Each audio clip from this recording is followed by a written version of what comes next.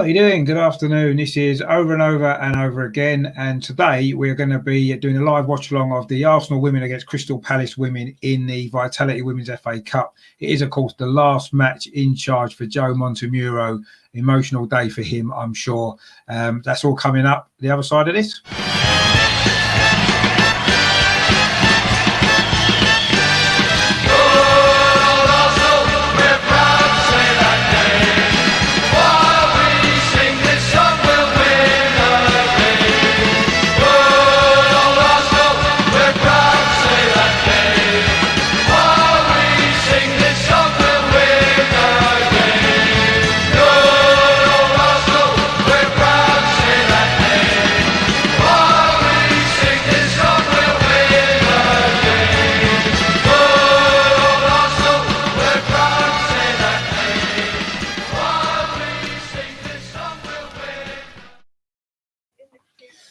Hello, it's Over and Over and Over Again. My name's Richard, and this is going to be a live watch along of Arsenal women against Crystal Palace women in the Vitality Women's FA Cup fifth round. It is going to be the final match of the season for the women. This FA Cup competition resumes in September, should we make it through.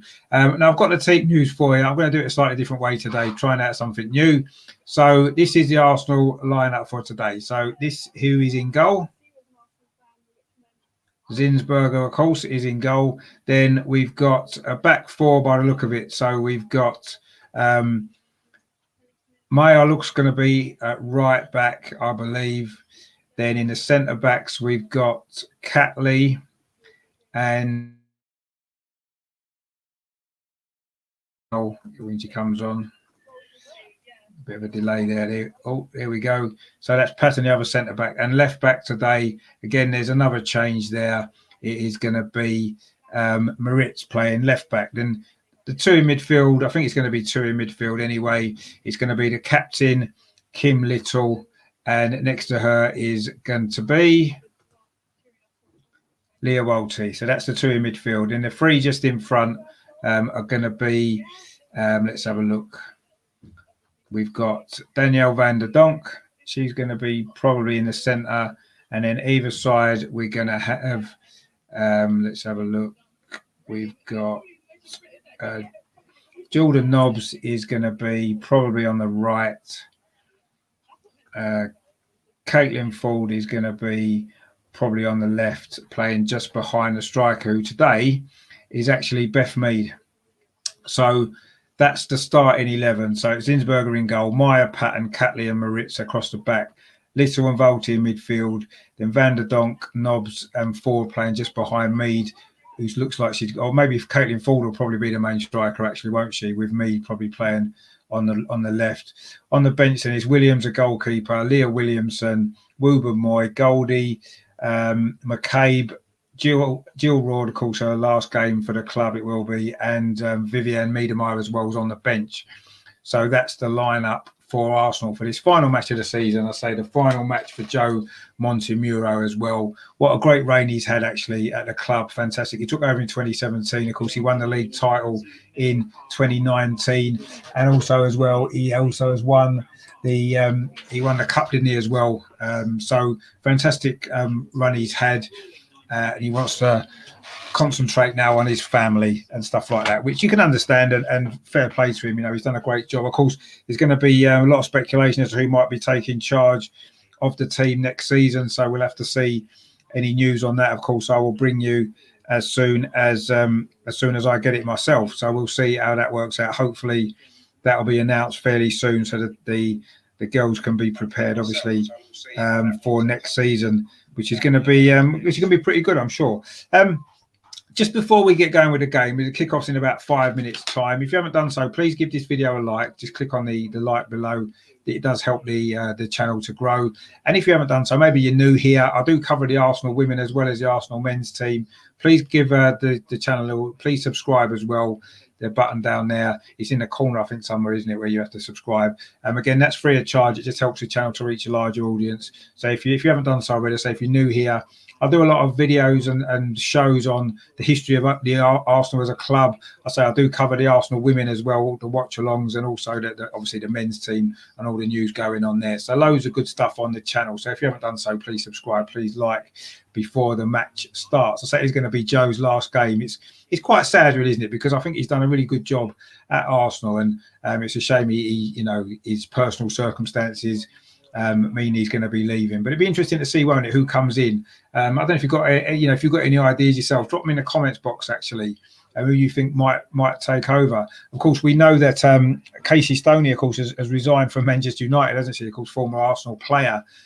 Speculation that maybe it could be her coming in. I'm not too sure. She said that she wanted to take a break from the game, so we'll see what happens with that.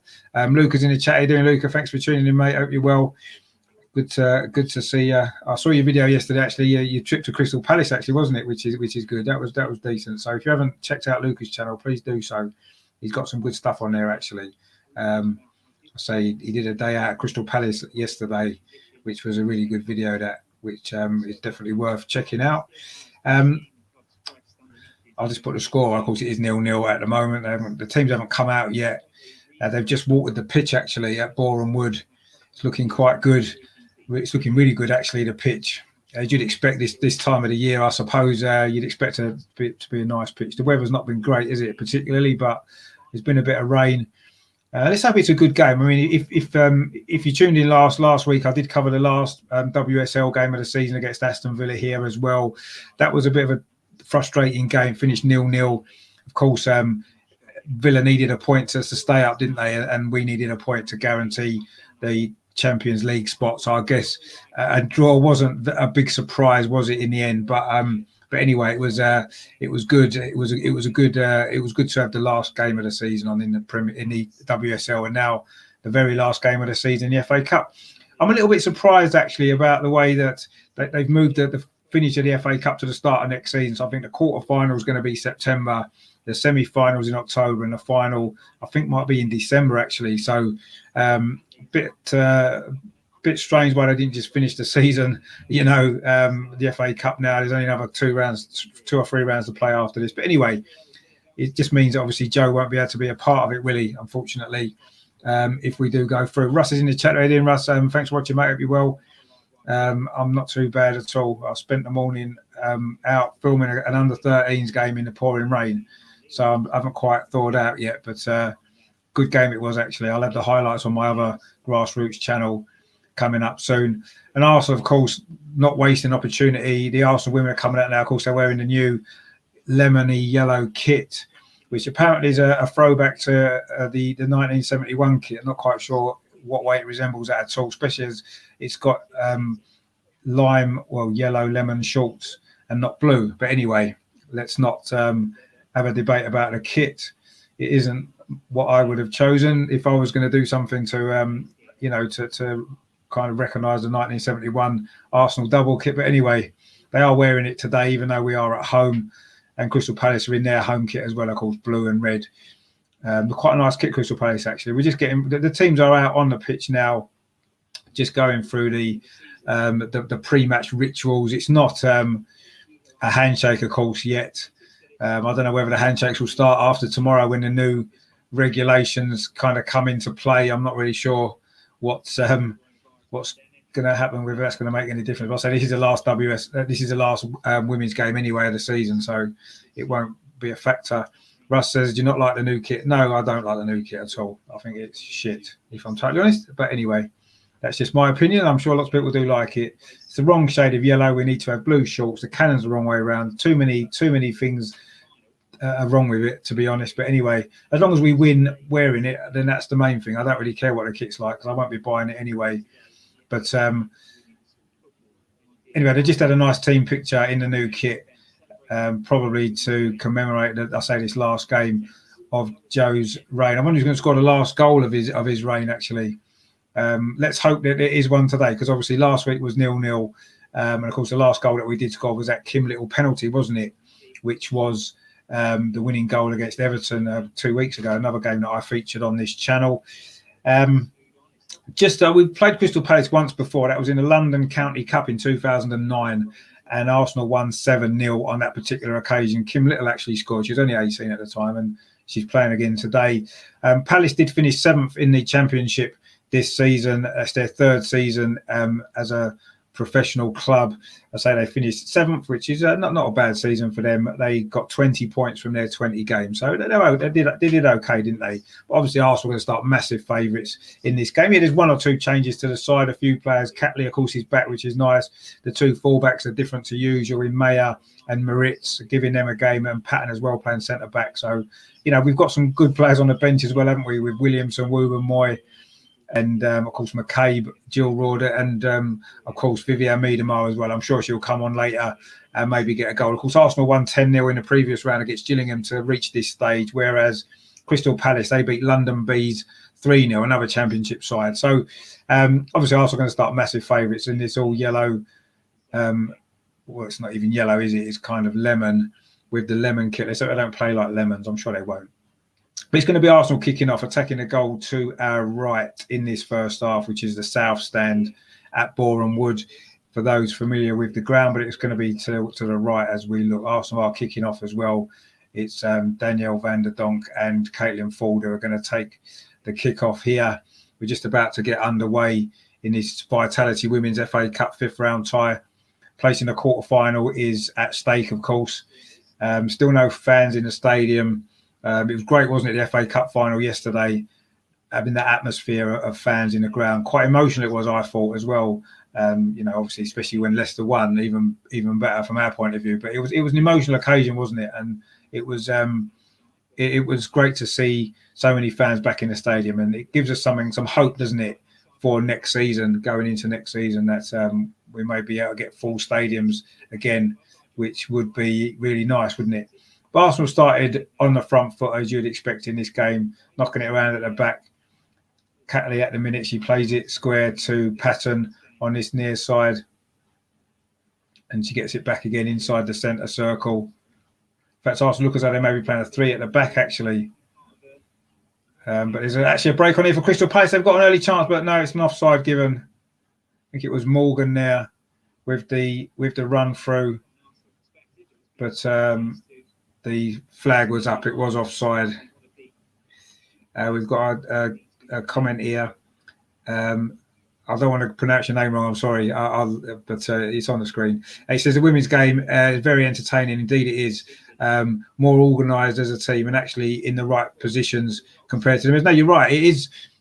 They are very organised, and you can see how well coached they are, and not just the Arsenal women. I think the women's teams in general, the standards is improved massively in recent years.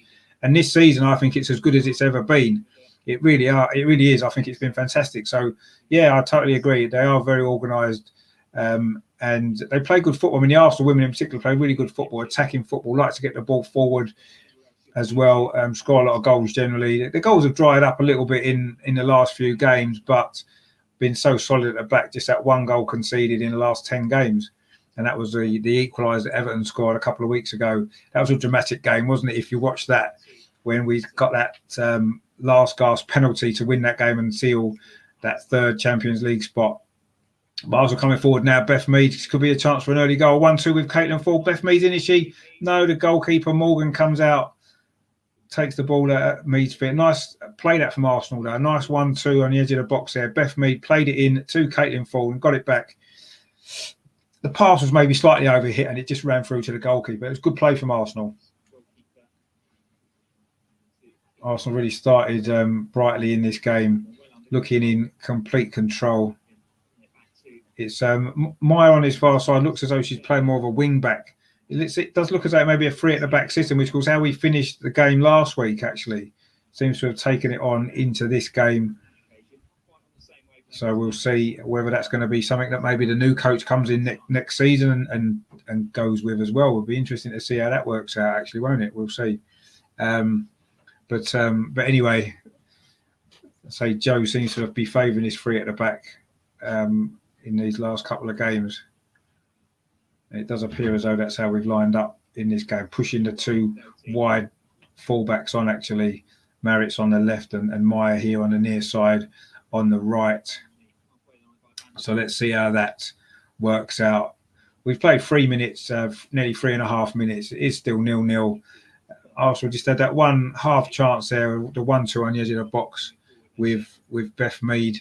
and Caitlin Ford, but as I say, the ball did run through to the goalkeeper there. I hope we can close the gap between us, the City and Chelsea. No, I do as well. We've not been far away, have we? There was a few late goals we conceded against Chelsea at home and against Man City away that's cost us a few points, which would have put us closer and give us a chance. And if we can maybe just improve slightly next season and maybe, improve the squad a little bit as well. It's a squad that's been together for quite a while, isn't it? 1 or 2 new signings, but it's been quite a steady, solid sort of group, hasn't it? And I do think we need to maybe freshen it up a little bit for next season. Maybe 1 or 2 new signings. I say obviously a new coach coming in as well. So we'll see how that works out, and hopefully we can put in a real good title challenge next year as well. It looks like Beth Mead's out on this right-hand side. Jordan Nobbs on the left and Caitlin Ford in the centre. That's a cross actually from Beth Mead. Finds Jordan Nobbs. Is that a penalty? She's gone down in the box. I think it's been given as a penalty. Arsenal have got a penalty here. 4 minutes played. It was a crossing from Beth Mead. It fell to Jordan Nobbs just inside the penalty area. She got the wrong side of the defender who's knocked her over, and the referee was on the spot there to give the penalty. And it looks as though it's going to be Kim Little, of course, who did score the last goal, if you remember that we scored actually. So this could be the opportunity to give Arsenal this early lead in this FA Cup 5th round tie against Crystal Palace here at Bournemouth.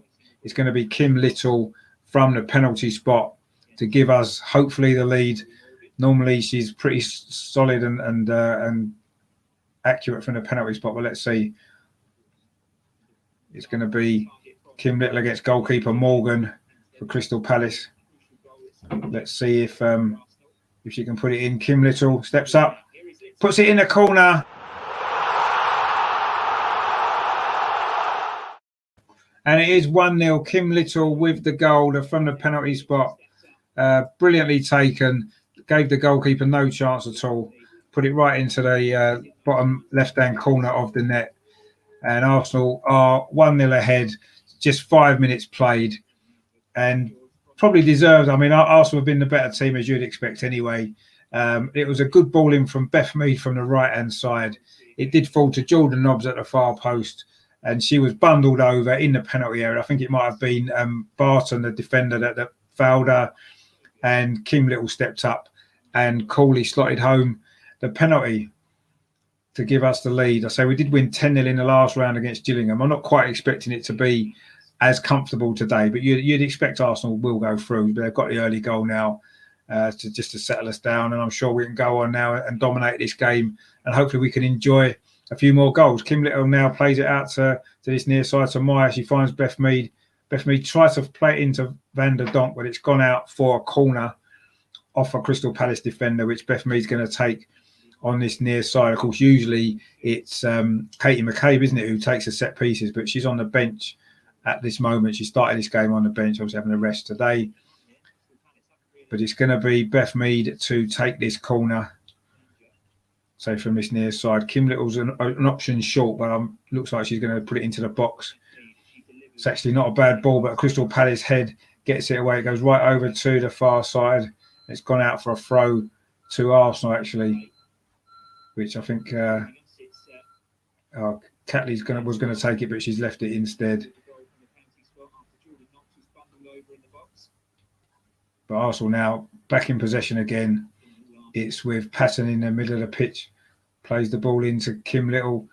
Pings it off to Van der Donk. This is good play from Arsenal. Beth Mead again finds Kim Little now to this near side to Maya. Can she get across into the box? She can, but it's a Crystal Palace defender in the way, but it only comes as far as Beth Mead, about 25 yards out. Mead gets it back again, because it was her cross that led to that penalty, and a great start for Arsenal. Ball's now switched over to the far side to Maritz, who's cuts in.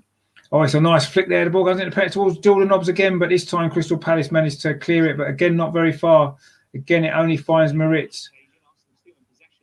And it's Kim Little now. Arsenal passing the ball around really swiftly and smoothly here, just on the edge of the Crystal Palace penalty area. But Palace are keeping their shape well at the moment. And Arsenal have been forced back slightly, actually, but it's back here with Catley. She plays it through. That's a great ball to Van der Donk. She's got a little bit of space. She finds Maya. Can she get a shot in? It comes across to Beth Mead again in at the near post. Was deflected. Crystal Palace have managed to deal with that just about, but it has come back out to Beth Mead. She tried to play it back into the box again, but a Crystal Palace defender was in the way. Almost 2-0 there. Again, it was Beth Mead with the delivery into the box. Looked like it was looking for Caitlin Ford, but a defender just got in front of her and managed to deflect the ball away. But it's all Arsenal at the moment, picking the ball up again. Catley there, that's really good play. Finds Caitlin Ford, back to Kim Little. Van der Donk now in a little deeper position. But Arsenal keeping possession really well here. On the edge of the Crystal Palace penalty, you can see more goals are coming in this game. So out to the far side to Maritz. Plays it inside to Jordan Nobbs. That's a good ball inside, is it? But Crystal Palace just about again managed to deal with it and get it up. But again, Arsenal pick up the loose ball with Jordan Nobbs. Crystal Palace can't actually get out of their own half at the moment. It's all Arsenal here. Caitlin Ford tries to burst through, but the ball's cleared away. And it's going to be a throw to Arsenal. It's been a fast start. This, say, 9.5 minutes gone. It is already 1-0. Could easily be 2. But Crystal Palace have managed to deal with that. And they've now got a throw just inside the Arsenal half. Terry's in the chat. How you doing, Terry? Afternoon, Richard. Sorry I'm late. No, don't worry at all. Downpour and lost the internet, but timed it well. Just saw your new goal toy. Hi, everyone in the chat. Hit the likes bit. Well, yeah, no, thanks, Terry. Thanks for tuning in. Jordan there says, come on, you Eagles. So we've got a Crystal Palace watching as well. So thanks for tuning in. And unfortunately, it hasn't been a great start from Palace, has it? But it is early days, although I'm sure you probably accept that it's going to be a difficult afternoon for Crystal Palace against, even though it is a slightly changed Arsenal side, isn't it, in terms of personnel? Still a very strong Arsenal team, of course. I mean, Terry, you're saying you got stuck in the downpour. I was out this morning filming an under-13s game for work, and it poured with rain the whole time. I've only just about dried out now, so yeah, I understand your feel your pain for that. You know, being stuck out in the rain, not much fun. But anyway, it's certainly not raining at Boreham Wood at the moment. The weather actually looks quite nice. Pitch is looking good. And Arsenal are coming forward down the far side. Already 1-0 up in this lemon kit, which not quite sure about yet, I've got to be honest. But anyway, it needs blue shorts, doesn't it? I think that's quite obvious, but it's almost got the kind of claret trimming, hasn't it? So you'd imagine that it would have had claret shorts, if anything, like the kit we had a few years ago. But Arsenal actually just given the ball away quite cheaply there, but ball played over the top. I think it would have been offside anyway, again, against the Crystal Palace forward, and it has run through to Zinsberger in goal anyway. We're playing a very high line, actually. So every time Crystal Palace look as though they're in a dangerous position, they generally are offside. So it's working, but it only takes one well-timed run, doesn't it? Bear in mind, there's no VAR in the WSL or the Women's Vitality FA Cup, so it just takes one good time run, doesn't it? And you're in, aren't you? So Arsenal just need to be careful. It is a very high line that we're playing. So it has caught Crystal Palace offside a couple of times already when they have broke forward. But I guess it's keeping them pinned in, isn't it? Because they're not really been able to get out too often. That's a bit of a loose back pass there from Maya, but it has found Zinsberger. And Kim Little's dropped in quite deep. Again, she finds Zinsberger, of course, plays as a sweeper keeper almost, doesn't she? Quite a lot. She'll come out to receive the ball to feet. She's quite good with her distribution as well, which is good to see. But this is Arsenal again coming forward. The ball switched over to this near side to Beth Mead. She plays it in to Maya inside the penalty area. Beth Mead gets it back again. Plays it square to Kim Little, of course, goal scorer with that penalty. It now comes out to Catley on the edge of the penalty into Van der Donk. Oh, she tried to find Jordan Nobbs, but again, the Palace defence has held out. You can see they're going to get tired if they don't keep the ball. They're just chasing and chasing. They've had about 12 minutes, 30 minutes now. They've basically been just chasing Arsenal players around, and it's going to take its toll, isn't it, later on, I'm sure. But they're certainly defending well at the moment. Well organised, Crystal Palace are at the back. And they've managed to shut most of the doors. Just obviously that penalty there after 5 minutes dispatched by Kim Little to give Arsenal the lead. And I'm sure more spaces will open up in that Crystal Palace defence as the game goes on, but we'll see how that works out as things develop. But say 13.5 minutes gone. It is Arsenal 1, Crystal Palace 0 in this 5th round Vitality Women's FA Cup tie. Of course, the competition, just to remind you, is finishing next season.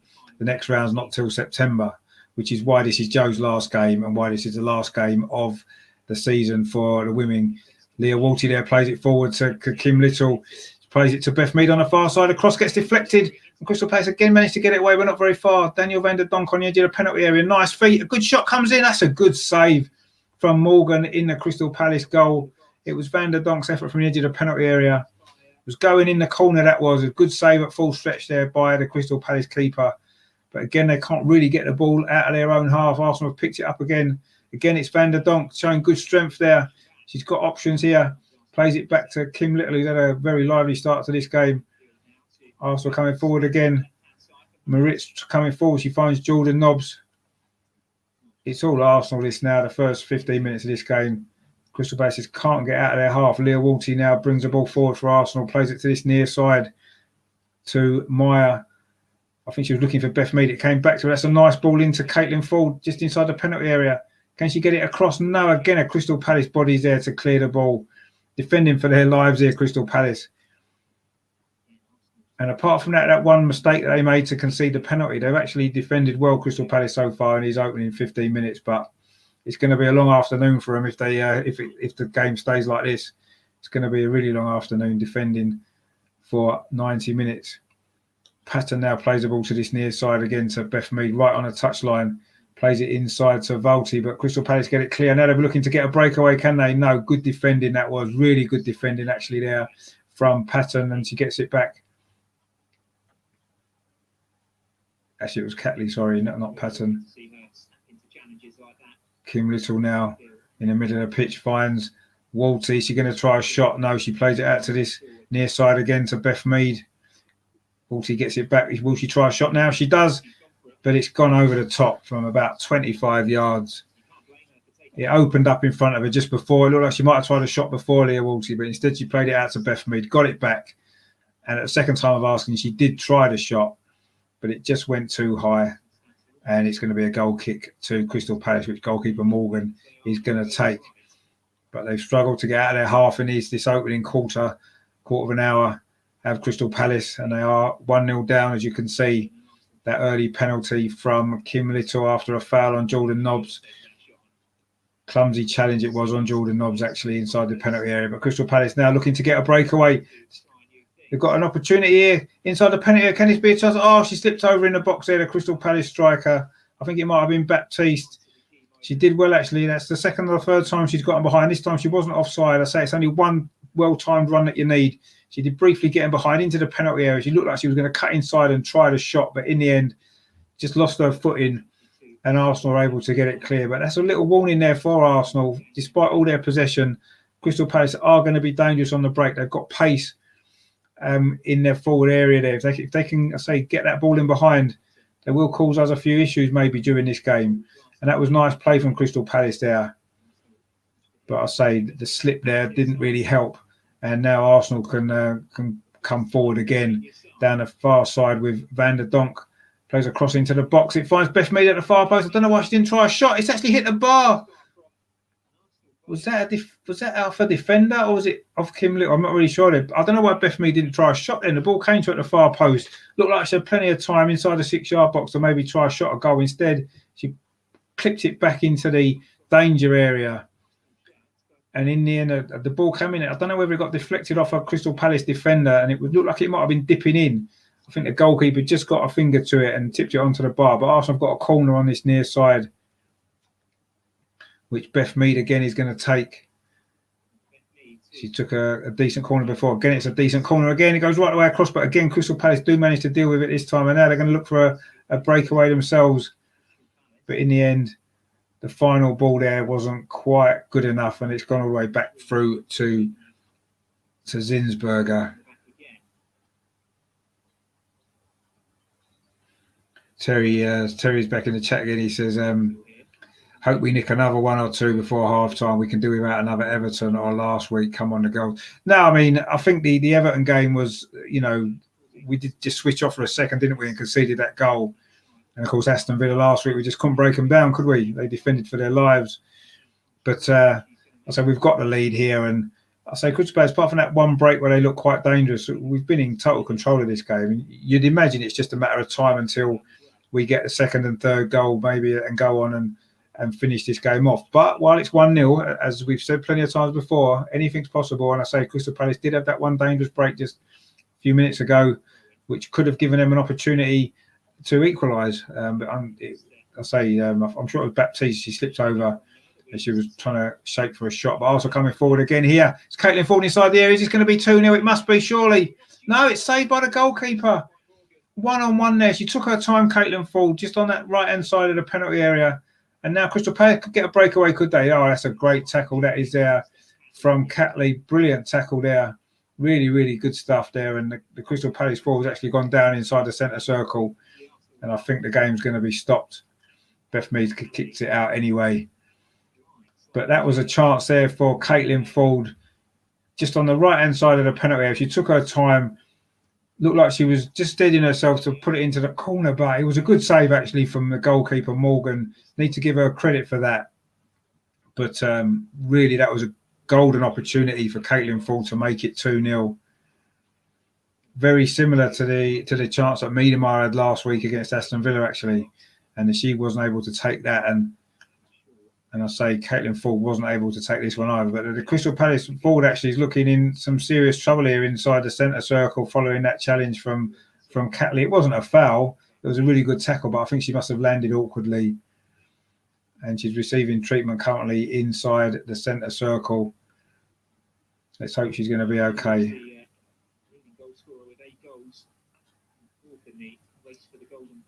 But it's not looking too good for at the minute.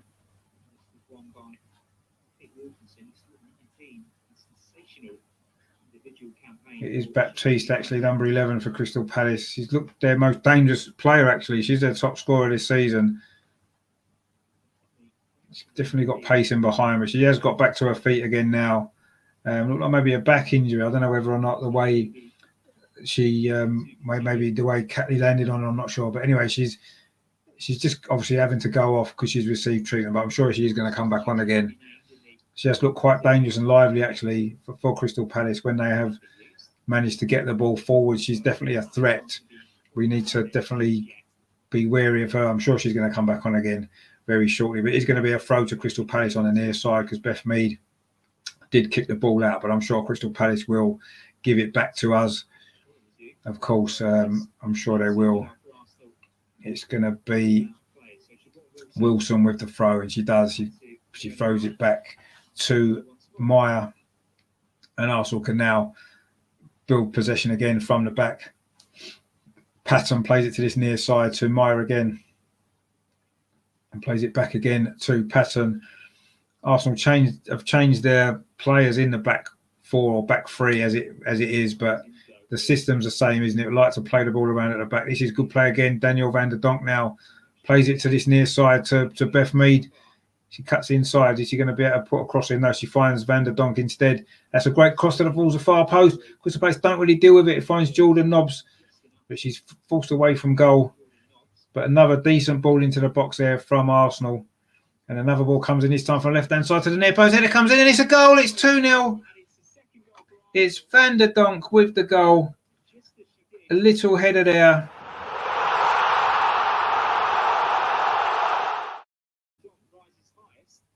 Actually, it's been disallowed. That was clever. I put my graphic on and it's been disallowed for offside against Van der Donk, actually. So it is only still 1-0. Van der Donk put the header in. It was a cross from Maritz from the left-hand side, and Van der Donk got a flicked header at the near post, but the flag was up for offside. So it is still only 1-0. Thought we doubled our lead then, but no, it's been disallowed. But Arsenal in possession again with Patton down this near side. She finds Meyer getting a lot of the ball actually in these opening 23 minutes. Van der Donk now trying to get onto a loose ball there, but it's bounced out for a throw to Arsenal. thrown up the line towards Beth Mead. Can she keep the ball in? Took a deflection off a Crystal Palace player. It is going to be a corner to Arsenal again. It's the third corner, which again Beth Mead's going to take from this near side. She's put a couple of dangerous deliveries in, actually. Will this be another one? It's played short to the near post. Comes into Kim Little. She tries to dink it over towards the far post. I don't know if it was a shot or a cross, but it's gone over the top, and it is going to be a goal kick to Crystal Palace. Again, Arsenal, maybe the final ball, the final decision-making has not quite been spot on yet for Arsenal. We played some good passing football in the other 2/3 of the pitch, but in the final third, it hasn't quite come off yet. But we have had 2 or 3 chances to get that second goal. Of course, Caitlin Ford with a big chance. She took her time, but the goalkeeper made a good save. And then that header from Van der Donk, which was, of course, disallowed just a moment ago for offside. You'll have to apologise. I have to apologise. There's no replays on this coverage. So the decisions just have, I can't confirm whether that was offside or how close it was because there are no replays, but it was given as offside anyway, so there's no VAR anyway. MC Mazzy there in the chat, how you doing? Thanks for tuning in. Why play this nonsense back four? Thank God the coach is going. I don't know, I think that's a bit harsh. I mean, I think he's done a good job. I do understand what you mean. It can be a little bit frustrating at times, but it's just the modern game, isn't it? Playing it out from the back, knocking it around the back. But anyway, it's been pretty successful over the last couple of years, hasn't it? Overall, I suppose. Arsenal now again picking up possession. Beth Mead now just inside Arsenal's half, plays a long ball over the top, looking for Caitlin Ford. Actually, it's going to fall to Jordan Nobbs, is it? Oh, the goalkeeper's got in a bit of a mess. Oh, Nobbs' shot there is cleared away by the defender. I think that was going in. There's a bit of a mix-up there at the back with the Crystal Palace goalkeeper. She came out of the penalty and tried to clear the ball, but it hit a defender, fell back to Jordan Nobbs. I think her shot was from the edge of the penalty, was going in, but it was a defender in the way. But Arsenal was still coming forward again with Patton now. Plays it into Van der Donk. She tried to flick it out wide to Beth Mead, but it's gone out for a throw to Crystal Palace on the near side. That was a big chance that for Jordan Nobbs again. You know, Arsenal could be 3 or 4 up actually already, but we're not making the most of these opportunities. And I say sometimes in the final third, the passes haven't been great. But anyway, it is still 1-0. But that was a chance there for Jordan Nobbs. She was a bit unfortunate actually. Her shot hit the defender. I don't think the defender really knew too much about it, and I do think it would have gone in. But anyway, Crystal Palace have survived that. And it is going to be a throw now on this near side, which Maya's going to take. She finds Patton and plays it across to Zinsberger outside of penalty and almost gives it away there actually, but Arsenal survived that. Catley did quite well there actually to keep possession of the ball when it looked as though it had maybe been slightly overhit there from Zinsberger. That's a better pass from Zinsberger to Catley though this time. And she can just stride forward, plays it over halfway, over to the far side to Moritz. But it's back with Catley again, and again back to Zinsberger, who's playing almost as a third centre back at this moment in her positioning. But Arsenal now again coming forward down the far side with Moritz, plays a ball up the line towards. Actually, it was Catley with the ball. Sorry, she's now taken the throw. Arsenal comfortable possession. Leah Walshy now inside the centre circle for Arsenal. Crystal Palace are quite happy just to sit back, try to shut the space down in behind. Maya there plays it up the line to Caitlin Ford. Then she get past the defender and get a cross in. She gets to the byline. She can't get a cross in. It's deflected by a Crystal Palace defender. Good tackle actually that was. And it is going to be another corner to Arsenal. 4th corner again. It's going to be on its near side, taken by Beth Mead. They've been good deliveries, actually, that have caused Crystal Palace a few problems, but they have managed to deal with them all so far, these corners. But we'll see what happens with this one. It is going to be Beth Mead with a corner. Again, Crystal Palace have just about dealt with it, but it's not really cleared away properly yet. Beth Mead picks the ball up again. Again, the corner caused a bit of panic in the Crystal Palace defence, but they have dealt with it. And Arsenal can now build another attack down the near side. That's a good ball, actually. Up the line to Moritz, but she's forced backwards again. And Patton now again coming forward. Plays it to this near side, this time to Beth Mead. Skips past the defender. Thinks the ball in towards the walls and near post, but it's too close to the goalkeeper. I think she was looking for the run there of Caitlin Ford, but it ran through to the goalkeeper. And another Arsenal attack comes to nothing. It's been the tail of this first half, actually, overall. It's been an Arsenal attack after Arsenal attack, but apart from that early penalty, it's the only goal separates the teams from open play. Arsenal haven't really got their final ball right yet. And when they have had an opportunity, they've maybe snatched at it a little bit too much and haven't managed to get that second goal. Van der Donk, of course, who did score a header that was disallowed, and Arsenal have got another corner again on this near side. Beth Mead wins it, and I think she's going to take it. Well, actually, no, Van der Donk takes it quickly to Beth Mead. She gets past the defender into the penalty area. Beth Mead, she gets past another defender. This is a great run, pulls the ball back. And the shot comes in. Was it Kim Little? I think it was deflected. It's going to be another corner to Arsenal. That was really good play there from Beth Mead. Skip past two defenders inside the penalty area. Show good feet, actually. There's a good low cross as well. Picked out Kim Little, but her shot got deflected wide. Mead takes a corner short again. Catley tries to whip a cross over to the far post, but it's overhit and it's gone out for a goal kick to Crystal Palace. But another opportunity that is for Arsenal. It doesn't result in a goal.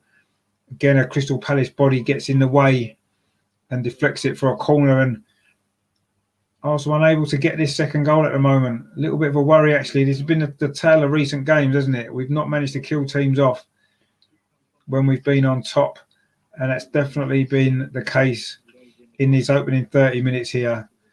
Perfect start with that penalty after just 5 minutes, which Kim Little stuck away, but it's been a succession of Arsenal chances since then, but not managed to get that second goal. And sometimes that final ball hasn't quite been there. But I say give credit to Crystal Palace defence. They've worked hard.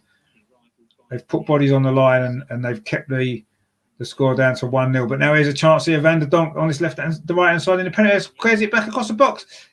It comes into Jordan Nobbs in the penalty area. Shot comes in, but it's a bit too close to the goalkeeper there, who makes a comfortable save in the end. Again, there was 3 or 4 Crystal Palace players around Jordan Nobbs there, and she tried to get the shot away, but it was a comfortable save in the end for Morgan in the Crystal Palace goal. But it's another opportunity for Arsenal, and still the second goal doesn't come.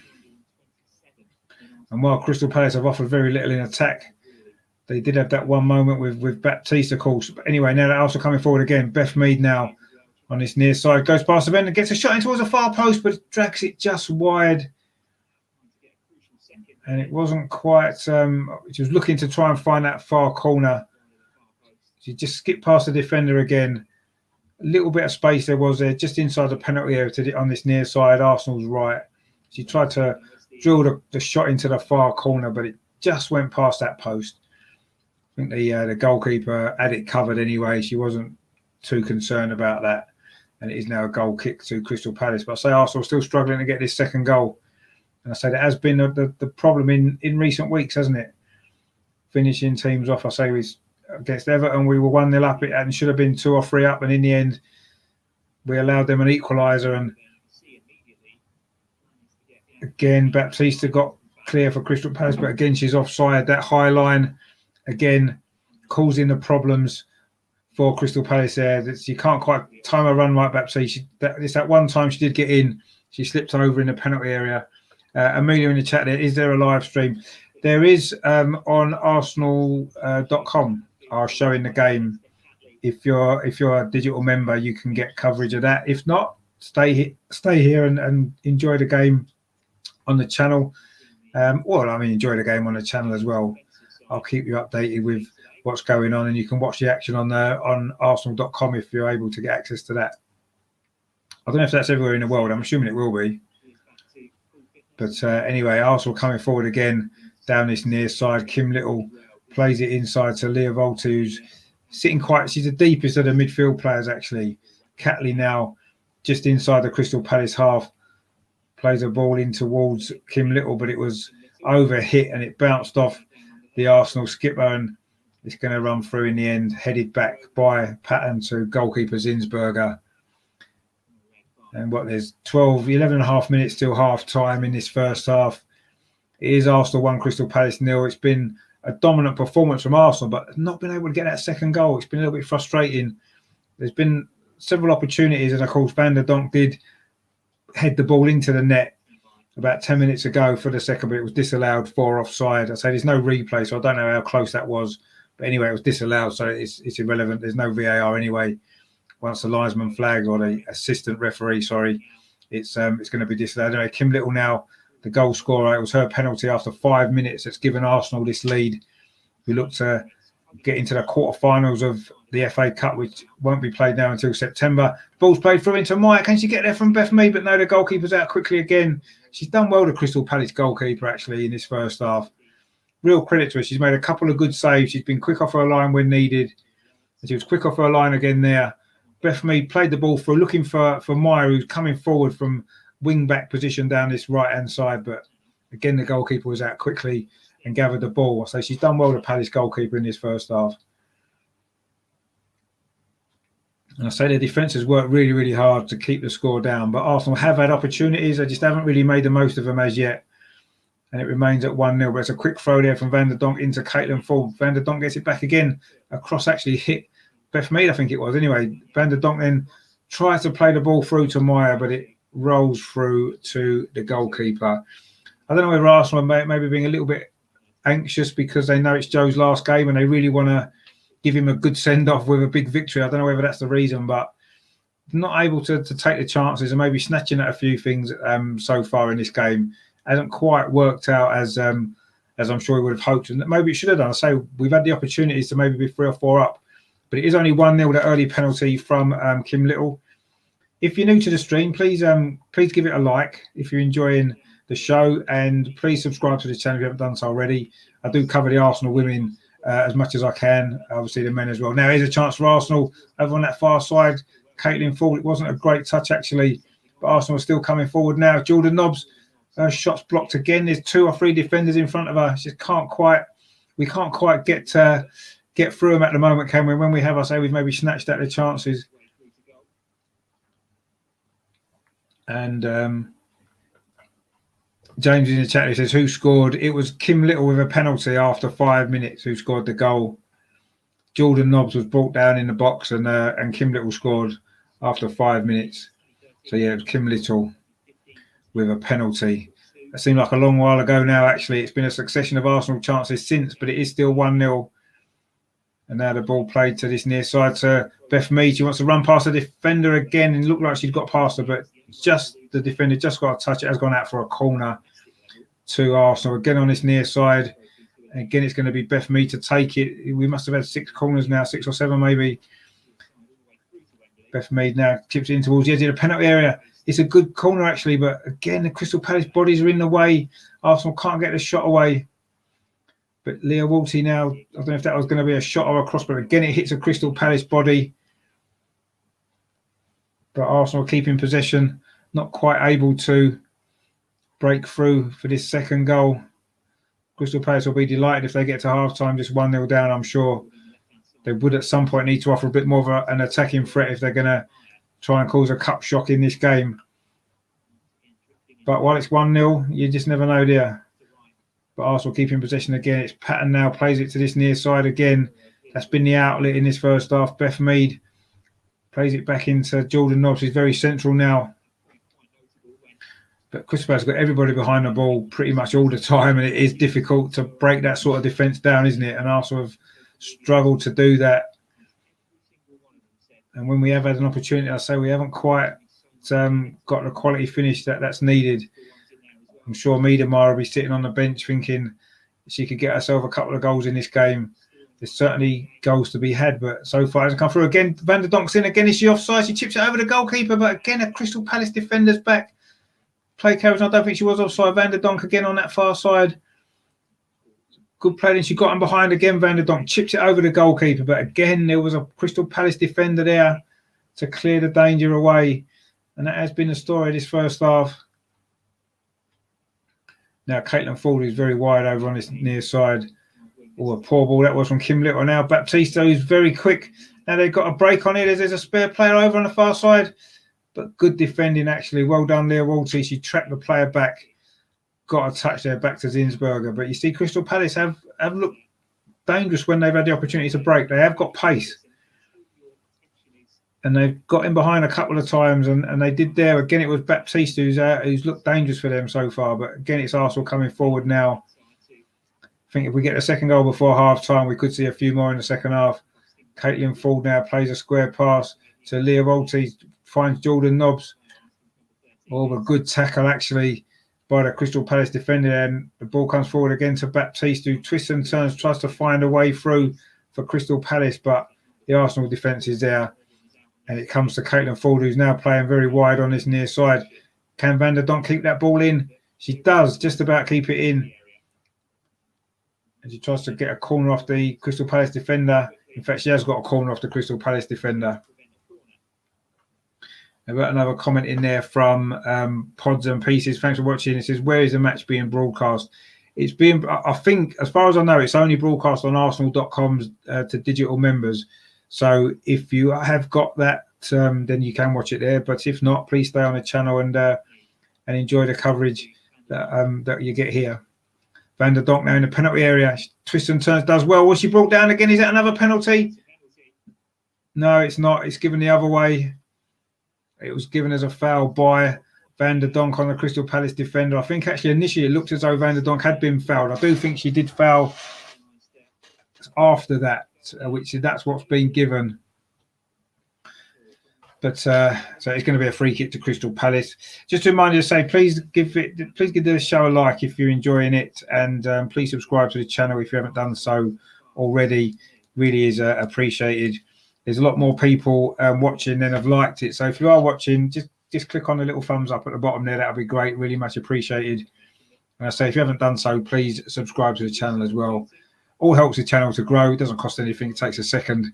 And it'll be really, really important to help the channel grow. I really appreciate everybody that does subscribe and likes the videos that I do. So I do cover the Arsenal women. I do cover the history of the club, and also, of course, all the stuff relating to the Arsenal men's team as well, which is the main content, obviously. But I say I've covered a lot of the women's games this season, and it's been I've really enjoyed it. I've followed the women's team for quite a while anyway. And it's been great to add them into the channel actually and cover their games as well. So if you do enjoy it, please subscribe and please like, and hopefully you'll come back for some more. Unfortunately, this is the last women's game of the season, so we won't be much on the women coming up, but I am doing a lot of good stuff on the channel anyway. Oh, a little chance here for Beth Mead at the far post. Is this going to be 2-0? Surely it is, and it has gone in this time, and I think this one is going to count. Let's just double check first. I made a mistake last time.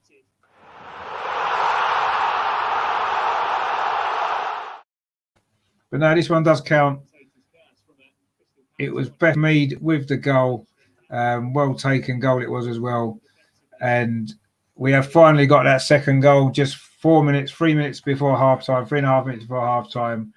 It's been coming anyway.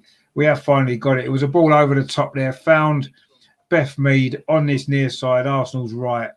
She had plenty of time and space. She doesn't often miss those sort of chances. She took her time and put it in off that far post across the goalkeeper. And it is finally 2-0 with 42 minutes played on the clock. And it's 2-0. And that's great stuff and fully deserved as well from Arsenal. It's just, it looked like it was a matter of time until the second goal. But as we've known before, you know, anything can happen at 1-0, can't it? But it's good to get that second goal. Now, hopefully the girls can relax and really send Joe out on a really big high for his last game in charge. Let's hope so. But it's 2-0. Arsenal coming forward again now. You have to wonder how much longer Crystal Palace can keep going. They've worked so hard in this first half to keep the scoreline down, and they've done a pretty good job. But it is now 2-0 to Arsenal. And it's a long way back now for Crystal Palace. It could be a long second half for them as well. Arsenal still coming forward again. Kim Little there does really well. Can she get a strike away on the edge of the box? No, again, she's crowded out. Jordan Nobbs plays the ball through. A little bit of space here for Kim Little. Can she get the goal? twisting and turning in the penalty area. Pulls it back to the far post. The header comes in from Caitlin Ford. She can't get it on target. It's come all the way across to Moritz. Arsenal looking to get this third goal, which really would seal the deal, I think, now. But again, can't quite get that finish. Really good play that was from Kim Little. Actually, she did well. Looked like the chance had gone, but she got to the byline and managed to get a cross in towards Caitlin Ford. But again, Caitlin Ford couldn't quite get a finish, actually. And Crystal Palace have cleared it. But Arsenal still in possession. Jordan Nobbs there working hard as always. Plays the ball to this near side to Beth Mead, the scorer of that second goal a few minutes ago.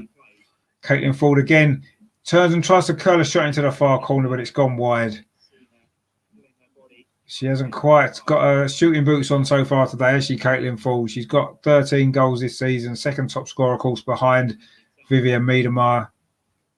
But she hasn't quite got a radar ready yet today. She's had a couple of opportunities.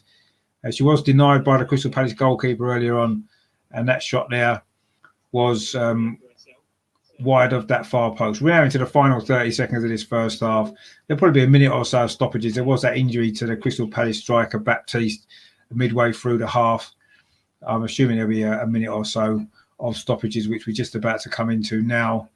It is a goal kick to Crystal Palace. I say they've worked really hard in this first half to try to keep the score down, and it's probably worked to a certain degree. It is 2-0 to Arsenal, though. And maybe Arsenal can relax more in the second half, and maybe the goals will start to flow. We did, of course, score 10 in the previous round against Gillingham. But this is probably been a similar performance, actually. But the goals haven't quite come yet. But we'll see what happens in the second half. I'm sure that second goal will settle them down. Van der Donk's in there again. She's made that run 3 or 4 times in this first half. Coming in from that, from a central position, moving across towards the left-hand side of the penalty area. She did score a header from that very position, but was disallowed earlier on in the half. She did also have another effort which she chipped over the goalkeeper. Oh, the goalkeeper there took a risk. She rolled the ball out to kick it, and she was closed down by Caitlin Ford, who almost got an opportunity at goal, but Arsenal did deal with it. She did deal with it, sorry, and Arsenal can now come forward themselves. Ball's currently with Zinsberger inside the penalty area. Plays it out to Meyer on this far side, near side, sorry. She plays it back to Pat. And Arsenal have been pretty comfortable at the back. Crystal Palace haven't really posed a lot of problems. Just that couple of runs in behind from Baptiste, because Arsenal are very, very high defensive line. And that's one or two little issues. But defensively, Arsenal have been good. Now, Kim Little's in here. She's got clear down this near side. Plays it across the box. It's going to be 3-0, is it? It is 3-0. Van der Donk's got the goal this time. She had an earlier one disallowed.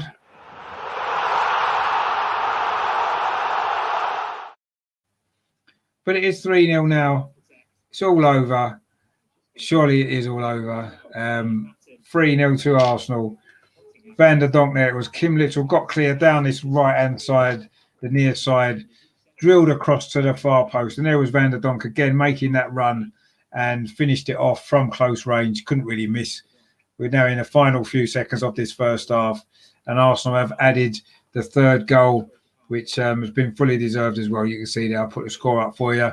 It is 3-0 now. Van der Donk with that third goal. And there goes the half-time whistle.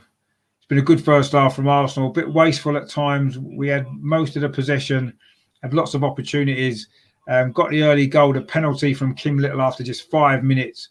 It was a cross from Beth Mead from the right.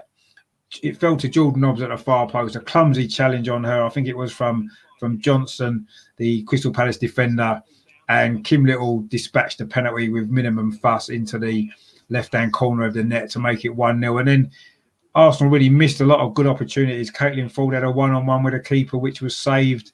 And there was a few other opportunities which didn't quite come off. Van der Donk did score a header midway through the first half, which was disallowed for offside. But in the final couple of minutes of that first half, Arsenal did get the next 2 goals. It was Beth Mead with the first goal. She managed to find herself a ball over the top, found her at the far post on the right-hand side. She took her time and placed it across the goalkeeper in off the far post to make it 2-0. And then the very end of that first half there, the third goal went in. It was Kim Little this time getting clear again down that right-hand side. That's where the danger's been for Arsenal. She played the ball across the box, and there was Van der Donk this time, no flag to deny her, and she finished from close range to make it Arsenal 3, Crystal Palace 0. So it looks like game over. Let's not get too carried away, but it's going to take something special for Crystal Palace, who have offered very little in an attacking sense. Just a couple of runs in behind from Baptiste. One of them, she fell over. It slips over in the penalty area when she maybe would have had an opportunity to score. That was at 1-0. Could have been a crucial goal there if she managed to score, but she didn't. And then since then, it has been all Arsenal. So it's a fully deserved 3-0 win. I don't think Crystal Palace have too many complaints. They did work hard. You have to wonder now whether their heads are going to go down in the second half and Arsenal will go on and score a few more. They did get 10, of course, in the previous round. That would be harsh on Crystal Palace for how hard they've worked, but we'll see what happens. We've got a comment in there from Robert who says, who is going to be the new manager? Well, we don't know yet. Nothing's been decided. Not really sure. I haven't even heard any real rumours actually either at the moment, so we'll have to wait and see what happens. I'm sure it will be announced fairly early on. Once this game's out of the way, the season will be over, and I'm sure an announcement will come very soon. But yeah, at the moment, we don't really know. So it'll be interesting to see who it is actually, won't it? And Terry says, come on, girls, wear Richard's goal button out. Yes, exactly. We've used it. I've used it 4 times, actually. One a little bit prematurely there because it was disallowed, and 3 times for an actual goal. So, yeah, it's been a good performance from Arsenal, hasn't it? Comfortable in the end. And I say now the goals have gone in. Let's hope in the second half we can add a few more and I can get more use of my goal button, which since I brought it in, there's been a goalless draw for the men's team against Villarreal, a goalless draw for the women against Aston Villa. So it was nice to finally be able to use it. The game against Chelsea in midweek, although Arsenal did score, I actually forgot to use it because I was too excited about the goal. So I had a chance to, and I blew it. But anyway, I've managed to use it today, which is good. And hopefully there's a couple more games left for the Arsenal men, isn't there? On Wednesday night against Crystal Palace and also next Sunday, of course, against Brighton. So maybe we'll see. Might get some more use then, hopefully. But obviously don't take anything for granted with the men's team at the moment, do we? Definitely not. So, but anyway, we'll see how it goes in the second half. Hopefully I can use it a few more times before the end of the season, which will be nice. And so we can hopefully send Joe out on a big high with a big victory and a place in a quarterfinal. It's a shame that he's not going to be able to see the run through to the end and oversee the quarterfinals and hopefully semi-final and final. But anyway, could be at least it's something to look forward to for next season, isn't it? Know that we're still in the FA Cup and we've got that to look forward to as well, haven't we? So yeah, great stuff. So I'll say, if you haven't done so already, please click the like button if you've enjoyed the show. And if you're new to the channel, please consider subscribing as well. The button's down in the corner if that's something that you like. I do cover the Arsenal women as well as the men's team and a lot of stuff on the history of the club as well, because I enjoy that personally and I do feel as though it's important. So, you know, if you do like stuff on the women's team, the men's team, all the latest news and match games as well, but also some stuff on the history of the club. Coming up on the channel actually over the next 2 nights, I'm going to do 2 shows looking back on Arsenal's FA Cup finals over the years. I've got some special guests lined up to come on and talk about their memories of Arsenal in the FA Cup finals. So that's going to be some really good shows there tomorrow and also Tuesday as well. And then, of course, Wednesday is the Crystal Palace game in the Premier League. So I'll be covering that as well before we obviously move ahead towards the last game of the season next week today, isn't it? Next Sunday. Obviously, it's going to be protests outside the ground before the game as well. So lots going on over the next week. And I'll be doing covering as many things as I can. And also, I'll say looking back on some great moments in history as well. So, yeah, particularly if you've enjoyed watching Arsenal in the FA Cup final over the years, obviously after FA Cup final weekend, then please tune into the show tomorrow. Probably going to go out about 7:30. I'll put stuff on Twitter anyway to confirm the start time. Got some great guests lined up for tomorrow, actually. A bit more old school this one. We're going to be looking at some of the sort of older cup finals, maybe from the 1970s and stuff like that. Some memories from those. So that's going to be really good. And then Tuesday we'll maybe do a little bit more recent cup finals that some of the younger fans might remember as well. So it's going to be great anyway. 2 really good shows coming up. We're going to really enjoy that. So yeah, if that's something that appeals to you, please subscribe to the channel and hit the notification bell as well, so you can get notified when the shows go live. And I say give it a like as well. Again, we've got more watching than likes, so if you haven't liked it yet, please do so. And I say subscribe to the channel if any of that sounds like it might be something you'd enjoy. But for us coming up, obviously, we've got to the second half of this game to enjoy, haven't we? And hopefully we can enjoy it now. The tension's gone, the 3-0 lead, and it's just a matter now of how many goals Arsenal are going to score, I think, isn't it, if we're totally honest? No disrespect to Crystal Palace, but I think 3-0 isn't even really a fair reflection of that first half, is it? I think Arsenal in total control. And you have to imagine that Crystal Palace are going to get tired and their heads are going to possibly drop as well, having done so much defending, so much hard work defending, and to still be 3-0 down must be quite difficult to take, mustn't it? So I'm sure they're going to find a second half of struggle. So let's hope Arsenal can come out firing on all cylinders, get a few more goals, and like I say, I can get my little goal button working as well, which will be good, and we can all enjoy the second half. What I'll do actually quickly, I'll have a little look on Twitter, see if there's anything going on, any news that I can bring you. Not really sure what there is at the moment, but we'll see. Nothing really going on, of course. No, obviously no Premier League game for Arsenal today. There are games elsewhere. Actually, what I'll do is I will look at the scores. Actually, I'm sure was there a game played earlier. I've been working today, so I've not been able to follow the football. But let's have a look now. Updated with the scores that's gone on as well. Crystal Palace beat Aston Villa 3-2. That's quite a good result for us, isn't it? Because Aston Villa could have maybe gone above us in the table. And unfortunately, Tottenham have beaten Wolves as well, which is a bit of a shame, isn't it? It was Kane and Højbjerg with their goals there. 2-0 against Wolves. They've had a disappointing season, haven't they, Wolves? They're 12. But Aston Villa now, they've caught up on games and we're 6 points above them. So with 2 games left, we're going to finish above Aston Villa with 2 points ahead of Leeds with 2 games to play. But Everton, who are 1 point above us, they have got a game in hand still. And Liverpool in 5th. They're 5 points above us with a game in hand. Tottenham now in 6th place. They are 4 points above us with just 2 games to play. So it's not looking as though we're going to catch them, is it? Unfortunately, this season, I don't think now. That game today is probably sealed their finish above us. And even 7th place, which of course could get us into that Europa Conference League.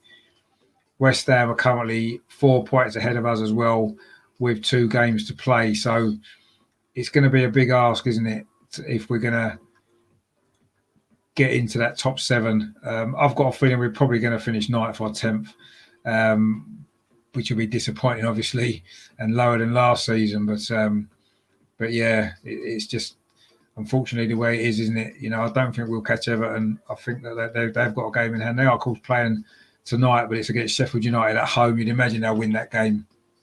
And then that's going to put them 4 points above us as well, with 2 games to play. So we'd have to win both our games and hope that 3 teams drop points above us, but it seems unlikely, doesn't it? But anyway, you never know.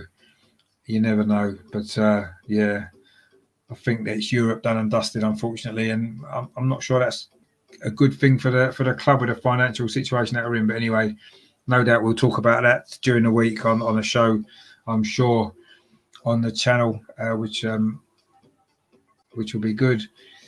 In terms of the Women's FA Cup, then let's have a look what other games are going on at the moment. See if I can get the scores up, actually. I haven't updated them, which is a shame. There's a few games kicked off at 12 o'clock and a couple kicked off at 2 as well. But I haven't got the score of them. Unfortunately, they haven't updated the scores. But anyway, the tie is actually Blackburn against Charlton, Brighton against Huddersfield, Manchester United against Leicester. It'd be a good game now. It would have been a good game. It's finished now. I don't know what the score is. Birmingham against Southampton, Manchester City against West Ham, Tottenham against Sheffield United, and I say Arsenal against Crystal Palace. So the quarterfinals could be interesting. We get those results in, see who we get drawn against. But I say that won't be until September now, the next round.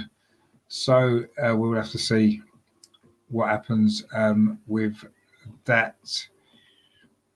And Chelsea against Everton is the big game, I suppose, of the round, which is on Thursday for some reason. But anyway, I suppose that's because it'll be on TV, I guess.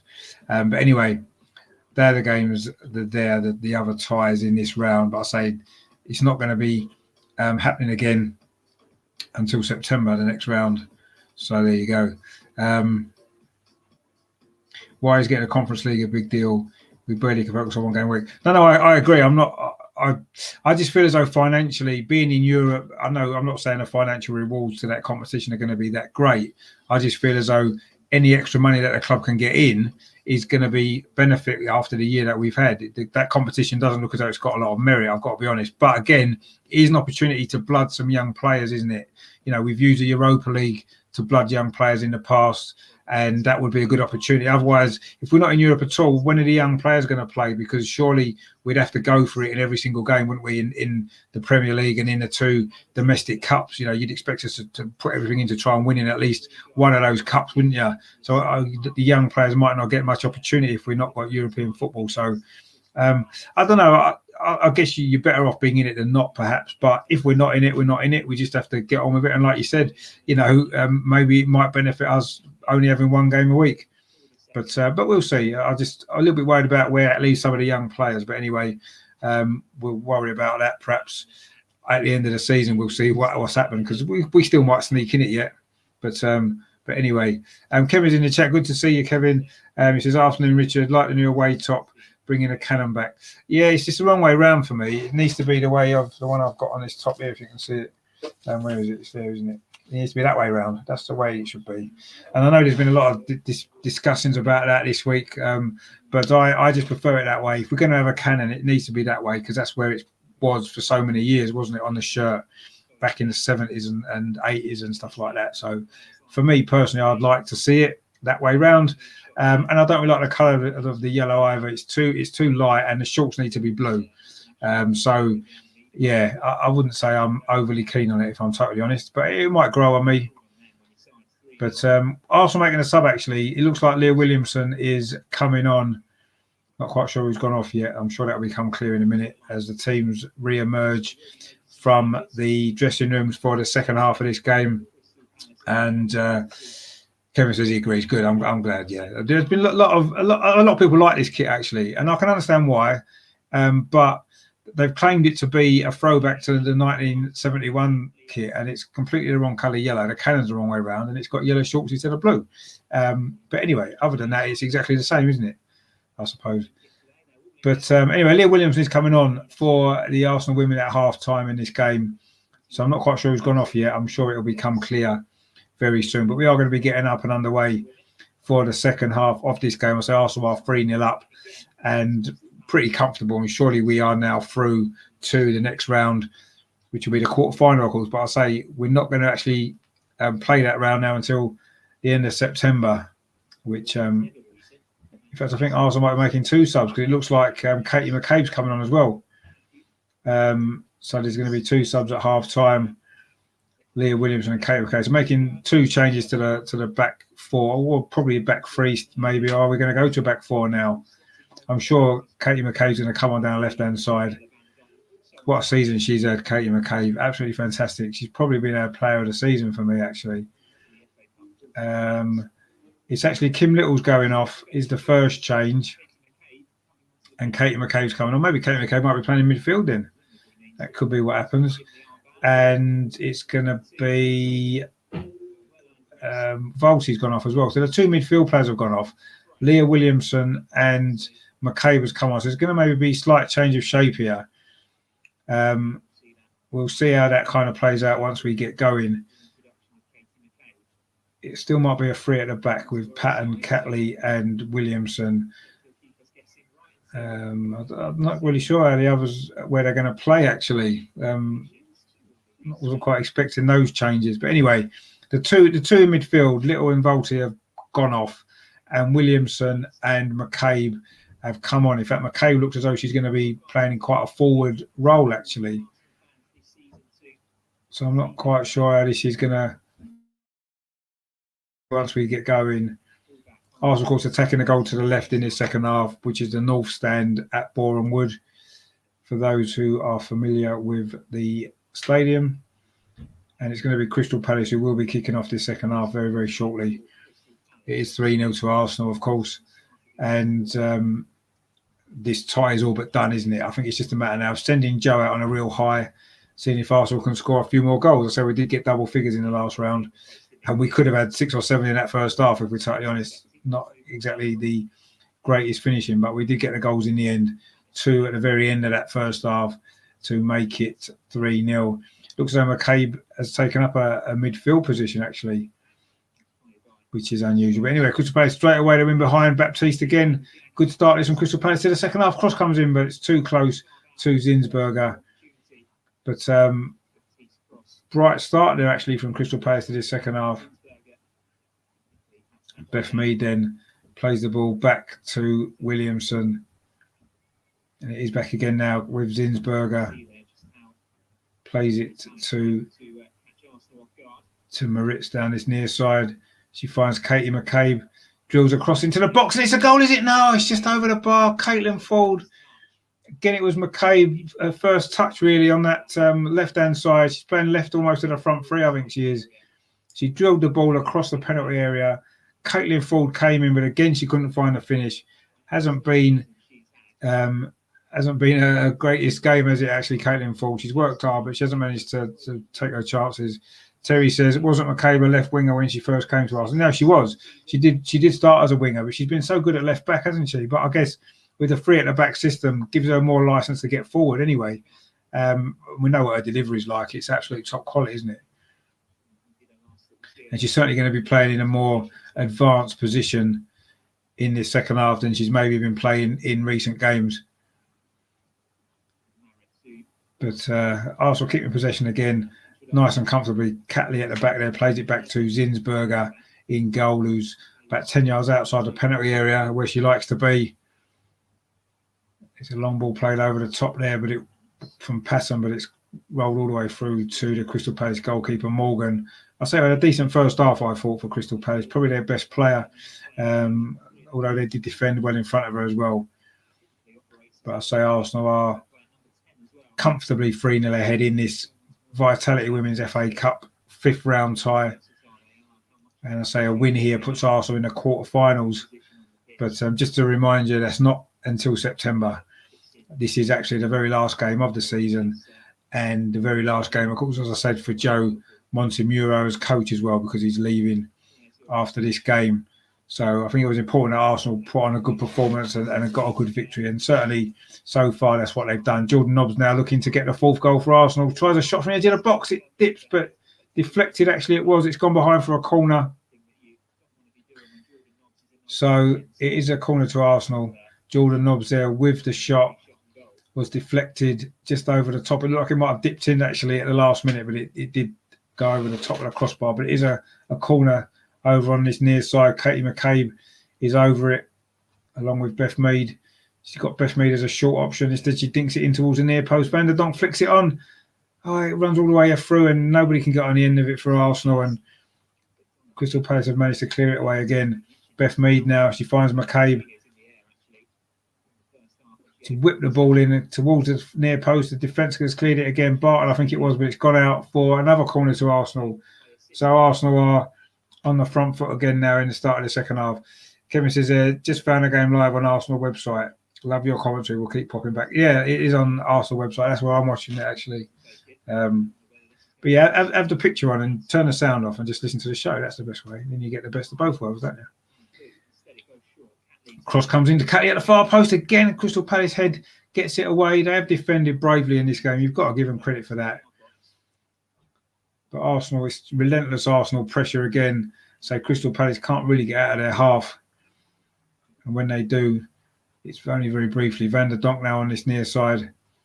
Plays a square ball into Williamson, who looks as though she's playing in midfield, actually. Leah Williamson. So a couple of players playing in, I wouldn't say unusual positions because they played there before, but not their traditional positions where they've been playing. Oh, this is really good play, actually, from Arsenal. Played it into the penalty area, but it comes right across again. It's Crystal Palace managed to deal with it and get the ball away, but not for very long. Again, Arsenal win it back. And, in fact, Crystal Palace have won a free kick. No, they haven't. Arsenal won a free kick. Look like the referee is giving it to Crystal Palace, but Arsenal have taken it quickly. It's played to the far side to Caitlin Ford.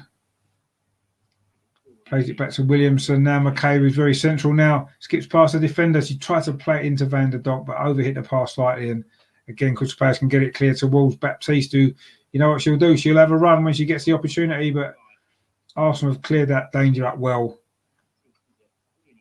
And Catley now plays the ball to this near side to Maritz.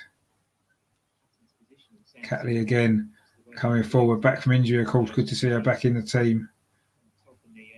Van der Donk turns well there, scored a second goal. She was looking for McKay, but no, it was actually Maritz on that near side, but she hasn't really made the run. And the ball's run out for a goal kick to Crystal Palace. We've played 50 minutes. And it is still Arsenal 3, Crystal Palace 0. The second half followed a similar pattern to the first, actually. Arsenal, all Arsenal possession and some desperate Crystal Palace defending. As so far, and Arsenal haven't added to their 3 goals that they scored in that first half. One early penalty from Kim Little, and then late on in the half, Beth Mead, and then Van der Donk added further goals. And I say it's 3-0 to Arsenal, which is surely a match-winning lead. But Crystal Palace now coming forward, looking for a bit of consolation themselves. Again, a ball played through to Baptiste. Goalkeeper Zinsberger has come right out of the goal and will clear that away.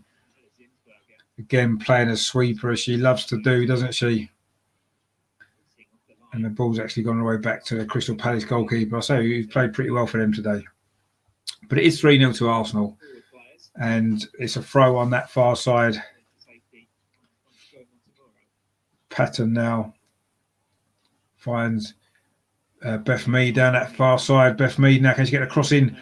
She does well. Can she get the ball into the box? So she twists and turns it across, but it's deflected away again. Another corner to Arsenal. Must be in double figures now for corners. And I've just reached double figures in likes as well for the stream. So thank you very much for everyone who's liked it. If you haven't liked it, please do so if you're enjoying it, and think about subscribing to the channel as well, as all that just helps it to grow. It only takes a second, doesn't cost anything, and I say it just helps the channel to reach a bigger audience. Anyway, Arsenal in possession again. Again, Zinsberger's very, very far out of her goal, but plays the ball to Patton. It's played down the line again to Meyer. Can she keep it in? No, she can't. It's rolled out for a goal kick to Crystal Palace. Actually, no, it's going to be a corner. That ball must have got deflected. Another corner to Arsenal, which is taken quickly actually by Meyer. It now finds Beth Mead, who scored that second goal.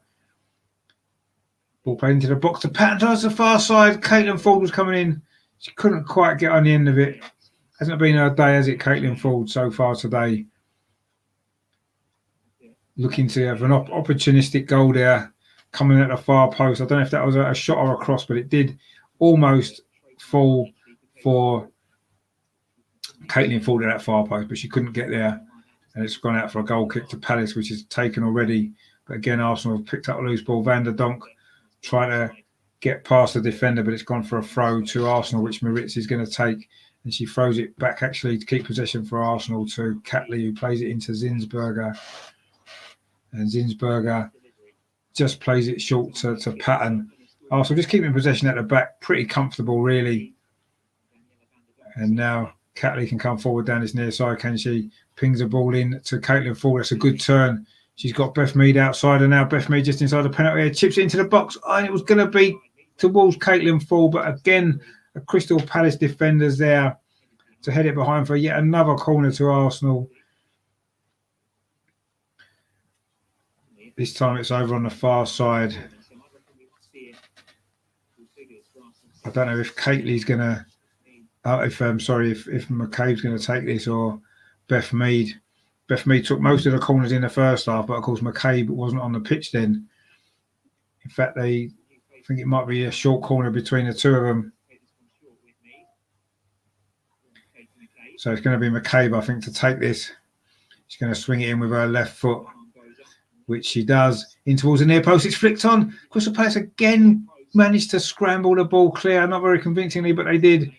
But it's still Arsenal possession again. Jordan Nobbs now brings it over towards that far post. Again, Crystal Palace are there.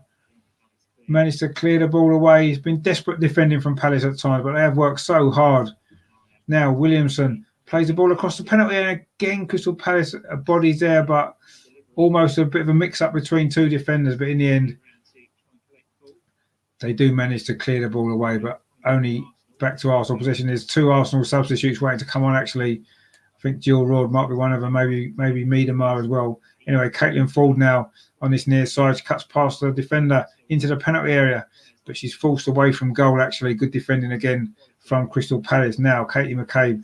It's Meyer plays it into Van der Donk. She's got a little bit of space on the byline. Van der Donk plays it across the goal. It's a good save, actually, by the Crystal Palace goalkeeper again. Morgan has done really well in goal for Palace. Van der Donk then down that near side. Tight angle it was, but she tried to force the ball home, but it was a good save by the goalkeeper there. And Crystal Palace almost had a breakaway there, but Leah Williamson keeps possession, plays it into Jordan Nobbs, who's a bit more central now. Pings it out to that far side to Beth Mead. Jordan Nobbs again. Back to Beth Mead. Williamson, the three Lionesses, of course, for England. Catley now. This is a good play from Arsenal. McCabe. No, sorry, it's Moritz. Can she get the cross in? Again, it's deflected behind for another corner for Arsenal. I don't know how many corners we've had, but it's got to be 12 or 13, I would have thought by now. Terry says, well done, Rich, with the likes, but come on, chaps, we can do better. Yeah, we can do better, yeah. We're on 11 now. Let's try and get it to 20 if we can. Come on. If you haven't liked it, please do. Right, another sub for Arsenal. Beth Mead's gone off, and I think that's Jill Roord that's come on, and it's going to be Miedemar as well, who's coming on. So Miedemar has come on for Arsenal for Beth Mead, and Crystal Palace are making a substitution as well. Churchill's going off, actually. And it's Giorgio coming on for Crystal Palace. So they've made a sub. In fact, it was only that one sub Arsenal made, I think. I think it was just Miedemar come on for Beth Mead. I don't think we've made...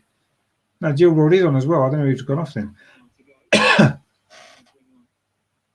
Anyway, it's a corner to Arsenal on this near side, which Katie McCabe again is going to take. And again, it's a dangerous delivery. But it bounces all the way through. Caitlin Ford there plays it to Jordan Nobbs.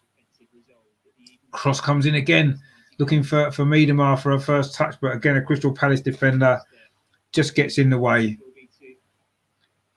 And it is going to be a free kick now to Crystal Palace. But Miedemar's definitely on. I'm sure I saw Jill Roord come on as well.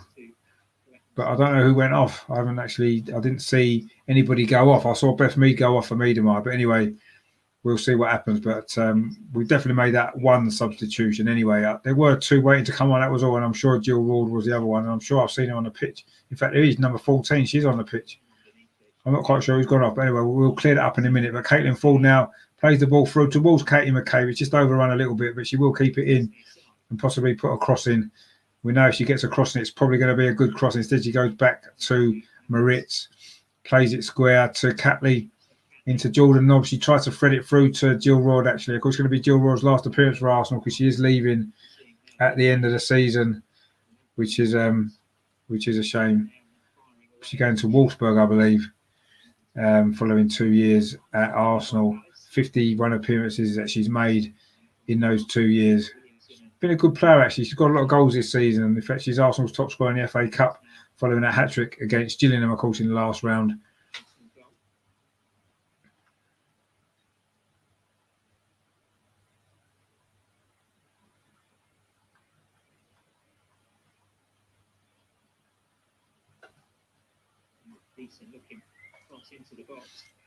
But Arsenal then, another attack. Katie McCabe was trying to get on the end of that. Kevin says there, prefer Rich's commentary. Oh, thank you very much. I'm glad that you're back. And Terry says that's the last thing Palace defence wanted to see. Well, it is, of course, yeah. Miedemar coming on is the last thing any defence wants to see. For some reason, my stream is actually frozen. I don't know whether it's because my internet's having a bit of laugh or what's happened here. But we're back. But so I'm still trying to clear up who came on, actually. But anyway, I'm just trying to figure it out, looking at the players that's on the pitch. Obviously, Jordan Nobbs is still on. Caitlin Ford is still on. I'm not quite sure anyway. Oh, it might have been Van der Donk, actually. Cross comes in there. The goalkeeper didn't really get hold of that at all. She tried to punch it when she maybe could have caught it. But anyway, it's gone all the way out for a throw over on this near side to Arsenal. So, Katie McCabe with the throw there. Jill Roord again couldn't really get hold of that ball, actually. She's had a few issues in the last few weeks, I've noticed, with her control's not been great. But anyway, Palace now looking to get a rare attack going, trying to get Baptiste in again. Williamson does well. Fantastic defending that from Leah Williamson. So I think it's Van der Donk that's gone off to score the third goal for Jill Roord. So Arsenal now lining up. It looks like it's... Oh, hang on. There was an attack going here. Jordan Nobbs actually down that far side. Let's see if we can get a fourth goal. Wasn't a great ball, actually. Looking for Caitlin Ford, but she's won it back. Jill Roord now. This is nice play again from Arsenal on the edge of the box. Little 1-2s, but Crystal Palace again get in. Good turn here from Miedemar now. She gets her first real opportunity to have a run at the defence across the box. All the way across the ball went there from Miedemar. She got him behind the Crystal Palace defence on this near side inside the penalty area. Instead of going for goal, she drilled it across the goal, and Crystal Palace again have scrambled it clear. They have defended pretty soundly, actually, Crystal Palace in most of this game. They've tried to hold Arsenal at arm's length. McCabe now drills across all the way across the goal. It comes to the far post to Caitlin Ford. Can she get a shot away? Again, she's closed down quickly. The shot does come in the end from Jordan Nobbs, but it's blocked again. But Nobbs again's got the ball over on the far side. Whips across in again, looking for Caitlin Ford. Again, a Palace head clears it away. But they haven't really got the ball away yet. Miedemar now inside the penalty area. It falls to... Oh, it's a goal. It's gone in. It's Maritz with the goal.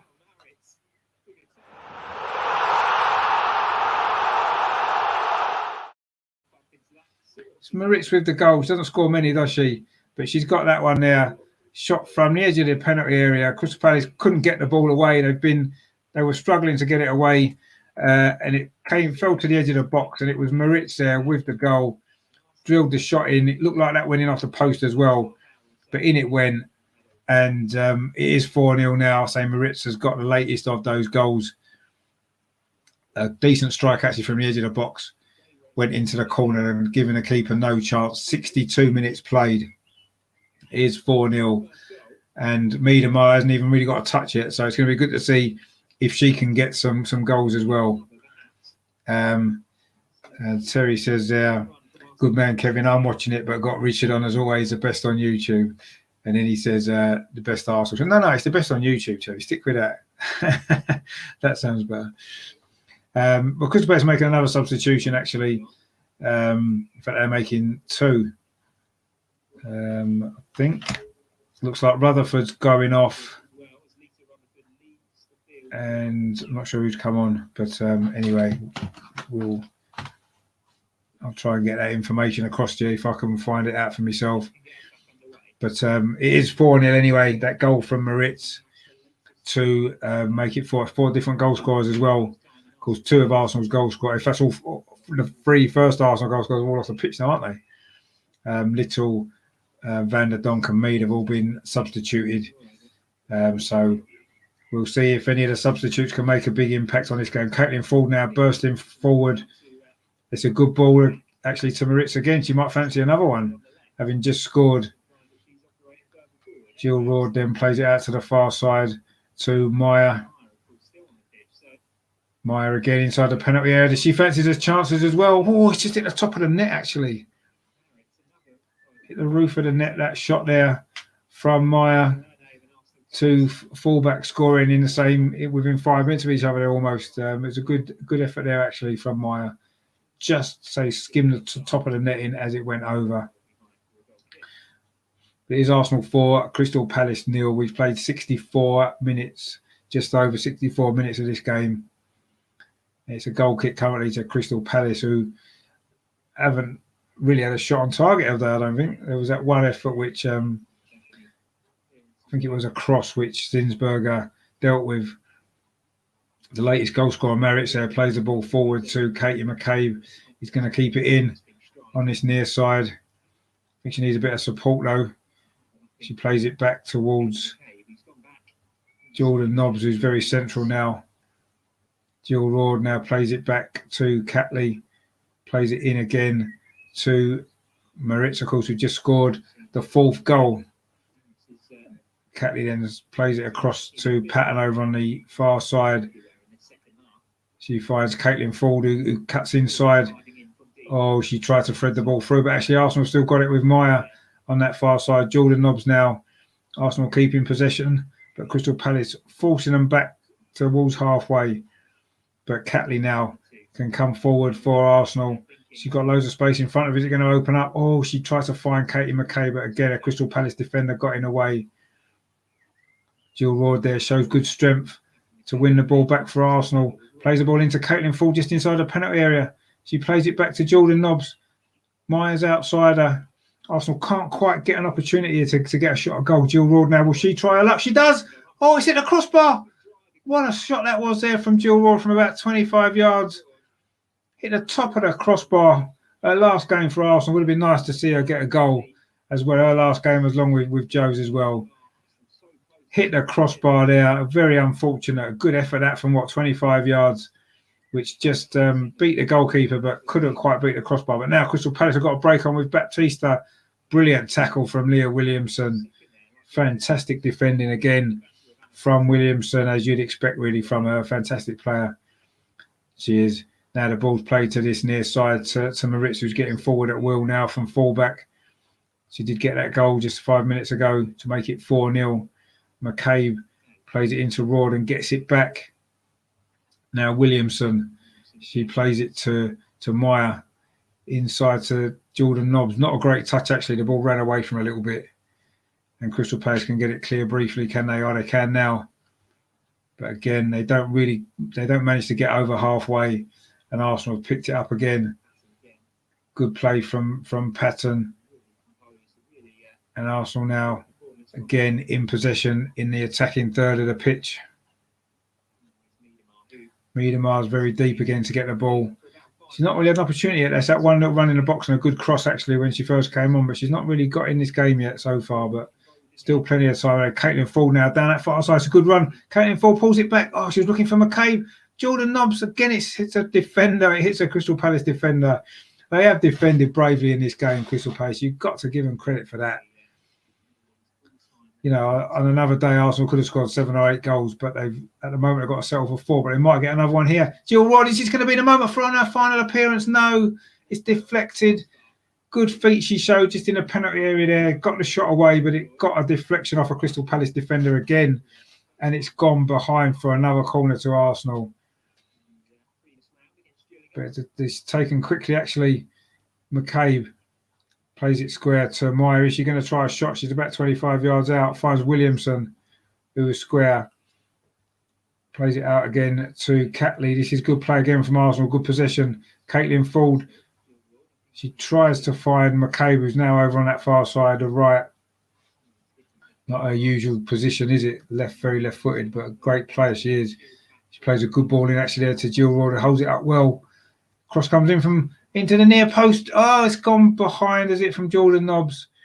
It's a good ball from Caitlin Ford, actually. Jordan Nobbs made a run into the near post, but she couldn't quite get a finish, and it's gone wide. And it's going to be a goal kick for Crystal Palace, which the goalkeeper, Morgan's going to take. The chances are mounting up. There's, 21 and a half minutes still to play in this Vitality Women's FA Cup tie. fifth round. So the winners will go through to the quarterfinal. Surely the winners are Arsenal. 4-0 lead. Completely dominated this game from start to finish, actually.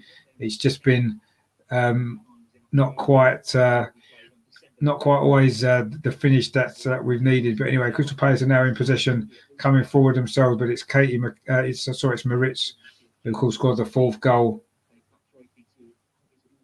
And Williamson now striding forward for Arsenal.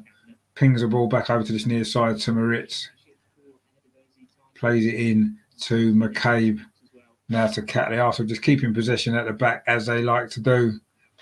Williamson there plays it through. That's a good ball, actually, over on that far side. And that's a good ball as well. Caitlin Ford in the penalty area. She comes, pulls it back to Jordan Nobbs. Fires it into the corner. Jordan Nobbs. And it's going to be, here's 5-0. Jordan Nobbs with this latest goal.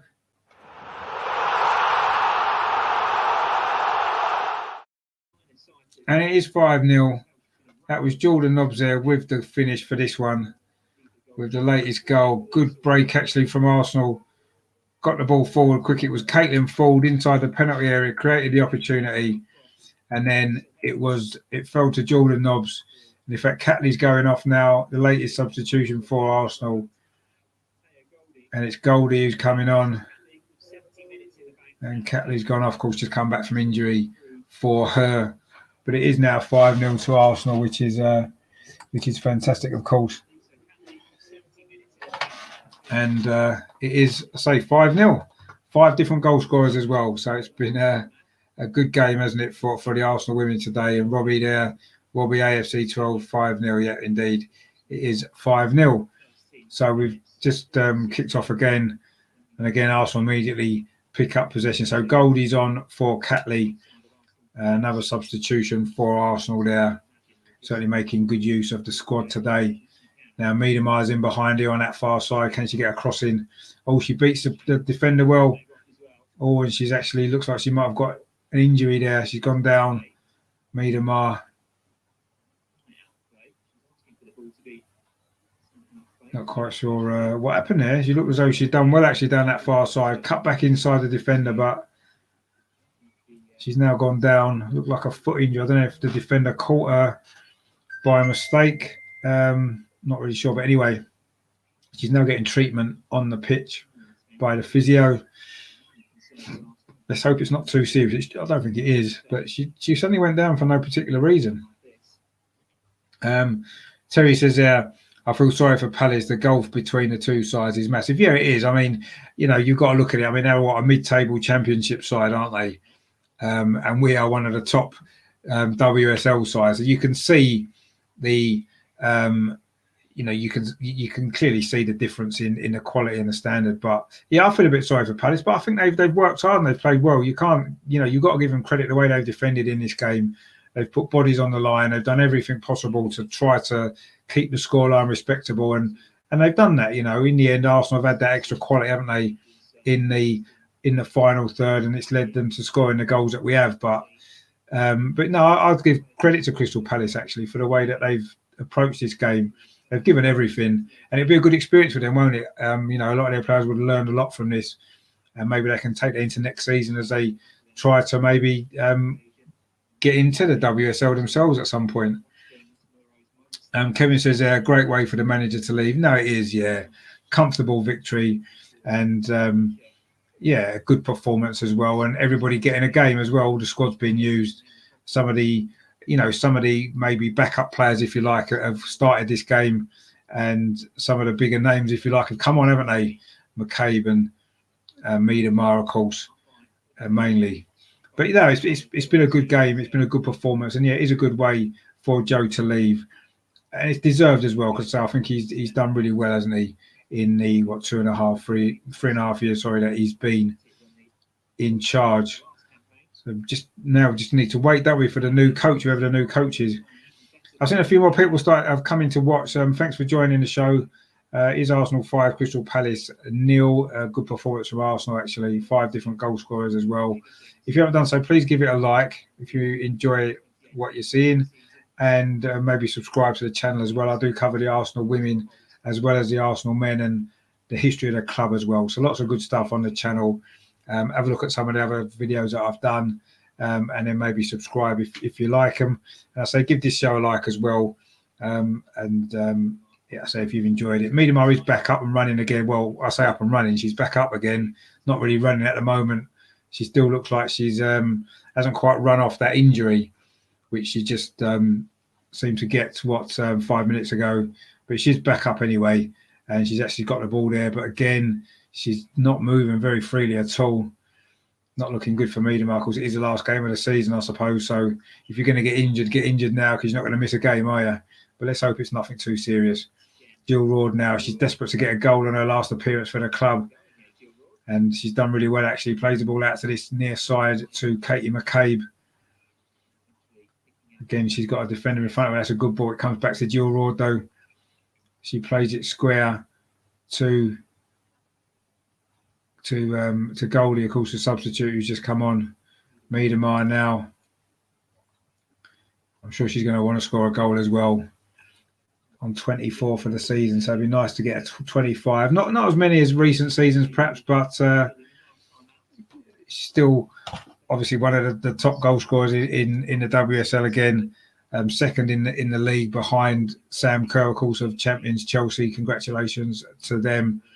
Good luck to them in the final of the Champions League as well. Of course, is that this week coming up or next week? But good luck to them. Obviously, I don't wish good luck to the Chelsea men's team, of course, but certainly to the Chelsea women I do in the final of the Champions League. Crystal Palace are now making another substitution as well. I think that's their fourth sub, isn't it, today for Crystal Palace. I still find it rather strange that the fourth official with the ball is wearing a mask, standing next to a player who isn't wearing a mask, and they're outside in the fresh air. But anyway, let's forget about that. But I say, obviously, the new lockdown restrictions or lack of restrictions, if you like, opening up of stuff is tomorrow, isn't it? So that's going to be good. Pubs are open. You can sit inside in pubs and restaurants. That's going to be fantastic, isn't it? So I'm sure we're all looking forward to that, and we'll see how that plays out over the next few weeks. Indoor sport as well, isn't it? So indoor five-a-sides back on and stuff like that. So lots of maybe life getting a little bit back to normal again, isn't it? Which is nice to see. Long overdue as well. A lot of people have really struggled, haven't they, with mental health and stuff over the last year or so.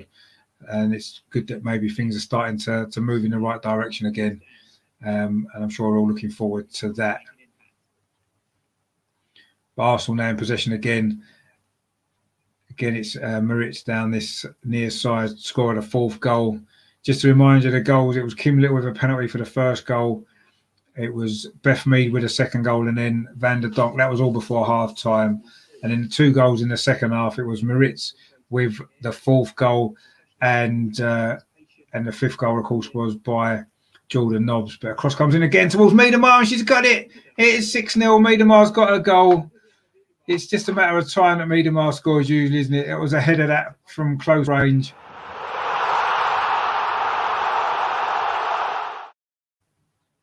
I think it was a cross from Caitlin Ford, actually. It was a decent cross. And at the far post there was Miedemar. She's still limping, actually, but it doesn't matter because even on one leg she can still score. Although that one was a header. It is 6-0. And you do have to start feeling sorry for Crystal Palace now, actually, because I think their heads have gone now. They have worked really hard for 77 minutes to try to keep Arsenal at bay. They haven't quite managed to. S. Freakley's in the chat. How you doing, mate? Thanks for tuning in. He says his channel follows Arsenal men's and women's football in general and Formula One. How are you watching the game? Because I couldn't get it earlier. Like to work with you soon as my channel is for charity. No, I've seen your channel, mate. Yes, it's a good channel. I'd love to work with you, mate. Yeah, I know you do good charity work. It's brilliant.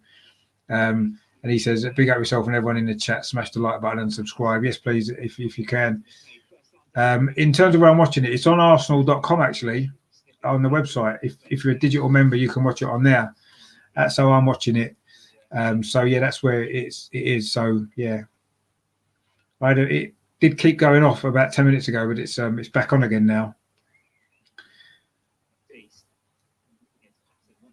We've got, 11 and a half minutes to go. Arsenal 6, Crystal Palace 0. 16 goals we've scored in the 2 FA Cup games this season. And I think that does highlight, doesn't it, as I think Terry mentioned before, the gulf in class between the top WSL sides and maybe the rest of women's football. And that is something that needs to be looked at maybe going forward. You know, that the top teams are good, really, really good.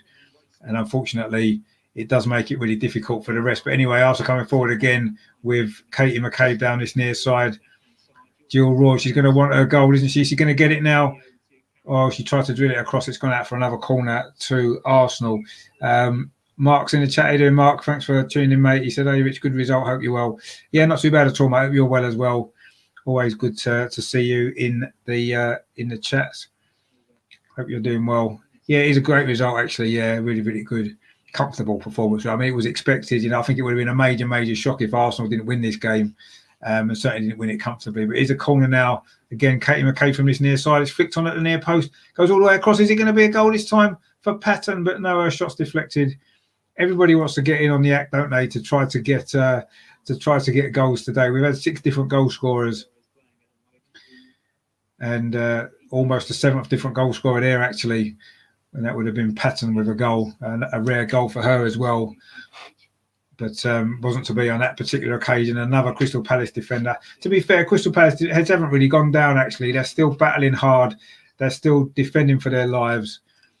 And they're coming forward themselves, actually, now, looking to try to get a consolation goal. Well, that ball's going to run all the way through to Zinsberger in the Arsenal goal. And Maritz now can come forward, one of the 6 goal scorers today. She got the 4th goal, the first one of this second half. Jill Ward there pings it out to the far side to Caitlin Ford. She's had a good game, actually. Caitlin Ford just hasn't managed to get herself a goal either, but there's still time, of course, for her and Jill Ward to maybe get on the score sheet. Caitlin Ford again on that far side finds Jordan Nobbs. Plays it back to Maya. And Jordan Nobbs again.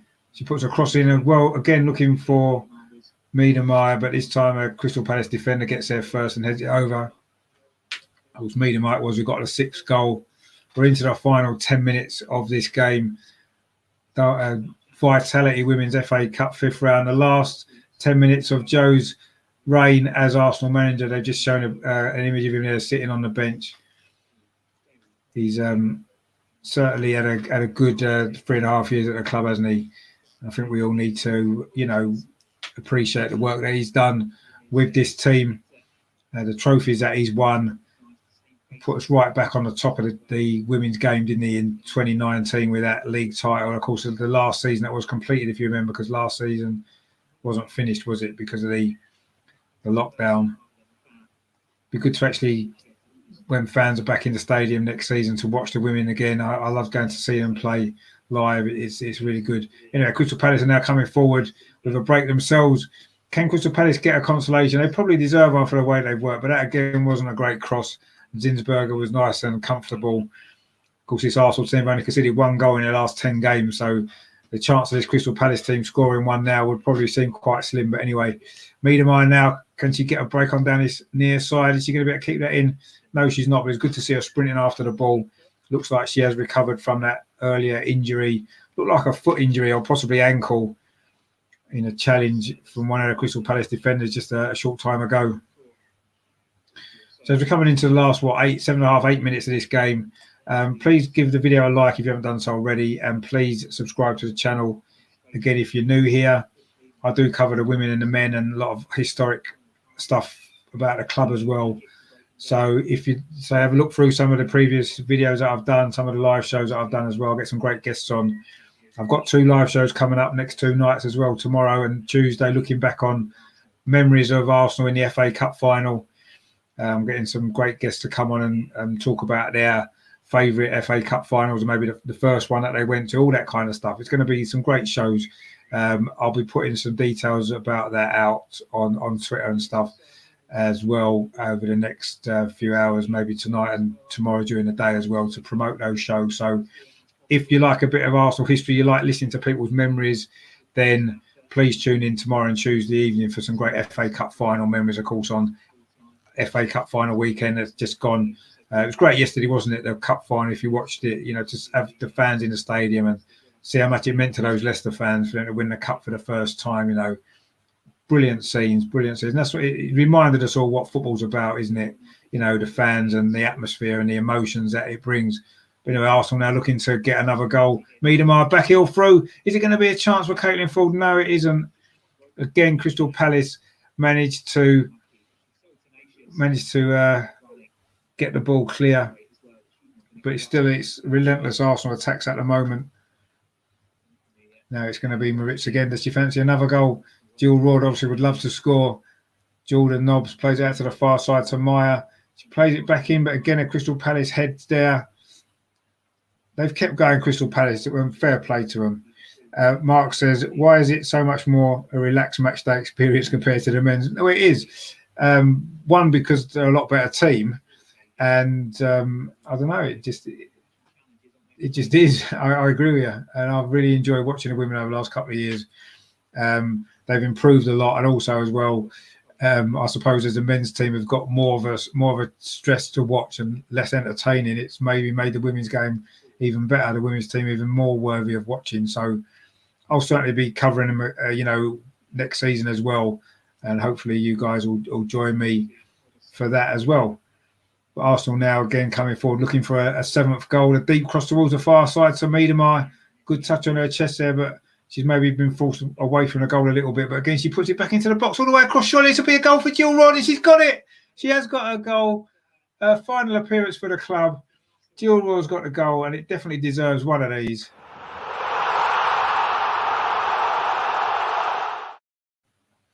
Brilliant for her. Great for her to get a goal, I say, on her final appearance. And that's actually the seventh different goal scorer of the day as well. And it is 7-0. I say you've got to feel a bit for Crystal Palace, but you've got to be delighted for Jill Roord. Since she came on in the second half, she's been desperate to get a goal to mark her final appearance. And she's got one there. Well taken goal as well. It was Miedemar actually drilled the ball across from the left-hand side. It found Jill Roord on the far post, and she wasn't going to miss that chance. She had one or two other opportunities earlier, which she hasn't quite managed to take, but she definitely wasn't going to miss that one. Steve Fleety there in the chat says, thanks for letting me know where to find it for next time. If you follow me back on Twitter, I can get in touch at some point. No, definitely, yeah. Yeah. Do you think he should be the men's manager? Well, he certainly wouldn't do any worse, would he? He certainly knows how to coach a team, but then I suppose Arteta's a good coach, isn't he? I'm not sure, but I'll be interested to find out who's going to take this women's team on, actually. It's going to be interesting because they're a good team and, we've got a good opportunity to push on from here and get back to challenging for the title again. So it's going to be a big appointment. As well as Joe, she's going to be a big miss as well, says Terry. Yeah, she will. I agree. She's a good player, Jill Roord. She's got a lot of goals this season. But I'm sure we'll be bringing in one or two new players as well. I'm sure we will. Kevin says, do you think all men's Premier teams should have a ladies team? Might improve ladies football. Maybe they should. I think most of the top ones are, but they're still a very... Actually, if you look at the women's game, it's very southern orientated as well. There's not many northern teams, is there, actually? Who play professionally. A lot of them play semi-pro, don't they? But it's mostly sort of southern and Midlands teams, isn't it? It's only really the northwest, the Manchester teams and Everton and Liverpool that are up north, really. So yeah, there does seem to be an issue. But anyway, Arsenal looking for an eighth goal. It's Maya. Can it be a different goal scorer again? She finds McKay. Maybe it'll be her chance to score. She's got a few goals this season. She gets to the byline, drills it across the box, and it is another goal, is it? It is. And it's Maritz again. It's her second of the game.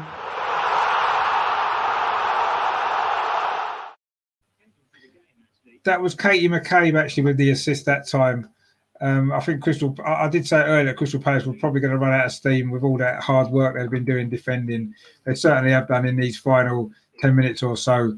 It is 8-0 now, and that was Maritz with her second. So not a different goal scorer, but a second goal for her, playing left wing back today and impressing in that position with, say, 2 goals. So great stuff from her.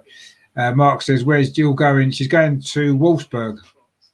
I think she's already signed, but obviously she doesn't start until next season. So yeah, she's going to be a big loss. Victor there, 7-0. Yep, indeed. Go Gunners, indeed it is. And Crystal Palace have completely run out of steam now, and you've got to feel a bit sorry for them. But let's just enjoy these last few moments of Joe's reign. It's a shot comes in there just wide of the post. Jill Rod again looking for a second. In fact, it was deflected. It is going to be a corner. And Arsenal are looking for some more goals to really round off Joe's reign. We're in the last minute now, actually. Katie McCabe takes a corner short to Miedemar. Of course, one of the goal scorers today, just the one she's got. It's Goldie there where the ball plays out to Caitlin Fall. She hasn't got her goal yet, actually. It'd be nice to see if she could maybe add one.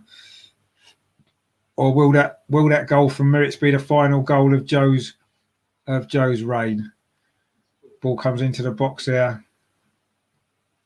It's going to be a free kick, is it? Right on the edge of the box to Arsenal.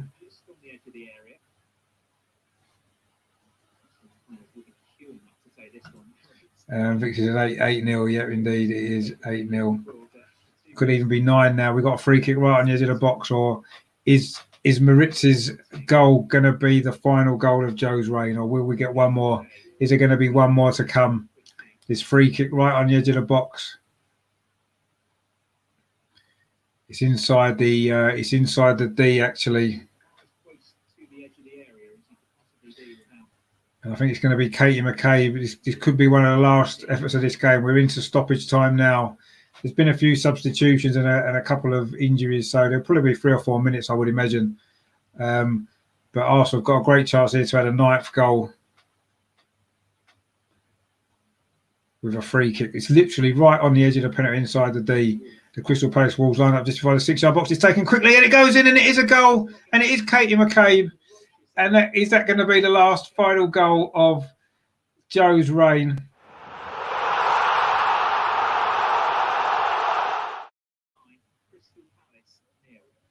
Katie McCabe with the latest goal there. I say that could well be the final one. We are into stoppage time. 8 different goal scorers for Arsenal today. It's been a fantastic performance, and couldn't ask for any more. Steve Fitch says at least the women's team is more worth watching. They're actually fighting and competing on the pitch. Exactly. I've been saying this for a while. Victor says Gunners are Kings of London. Indeed, the Kings of London. If we forget about Chelsea, who of course won the league last week and are in the Champions League final. But other than that, we are definitely the Kings of London and the Queens of London actually as well, in our nice new lemon kit, which is great. Crystal Palace now, I do feel a bit sorry for them, I've got to be honest, because they have worked really hard in this game. They've given everything, and for a long time they kept us out, didn't they, and made it difficult for us. But in the end, our quality has shown through. We've played nearly 2 minutes of stoppage time. Can we get a 10th goal actually to match the score we got against Gillingham in the last round? Or will that free kick from Katie McCabe, where it was actually played short and came back to her and she smashed it in, will that be the final goal? And an appropriate goal score as well, I feel. A player that's really come on in leaps and bounds under Joe over the last couple of years. Fantastic player, Katie McCabe is. Fully, and she's my favourite Arsenal women's player as well, so I'm delighted it's her that's got this last goal. Although there's still time, maybe 4-1 more to get double figures, which would be really, really harsh on Crystal Palace. Miedemar now, she can barely walk. Looks like her injury is quite bad actually, and McCabe plays the ball over to this far side to Caitlin Ford. Of course, she'd love a goal, wouldn't she? She's not managed to score one herself yet. Again, it comes into the box. Crystal Palace get it half clear. Again, it's Katie McCabe who scored that 9th goal.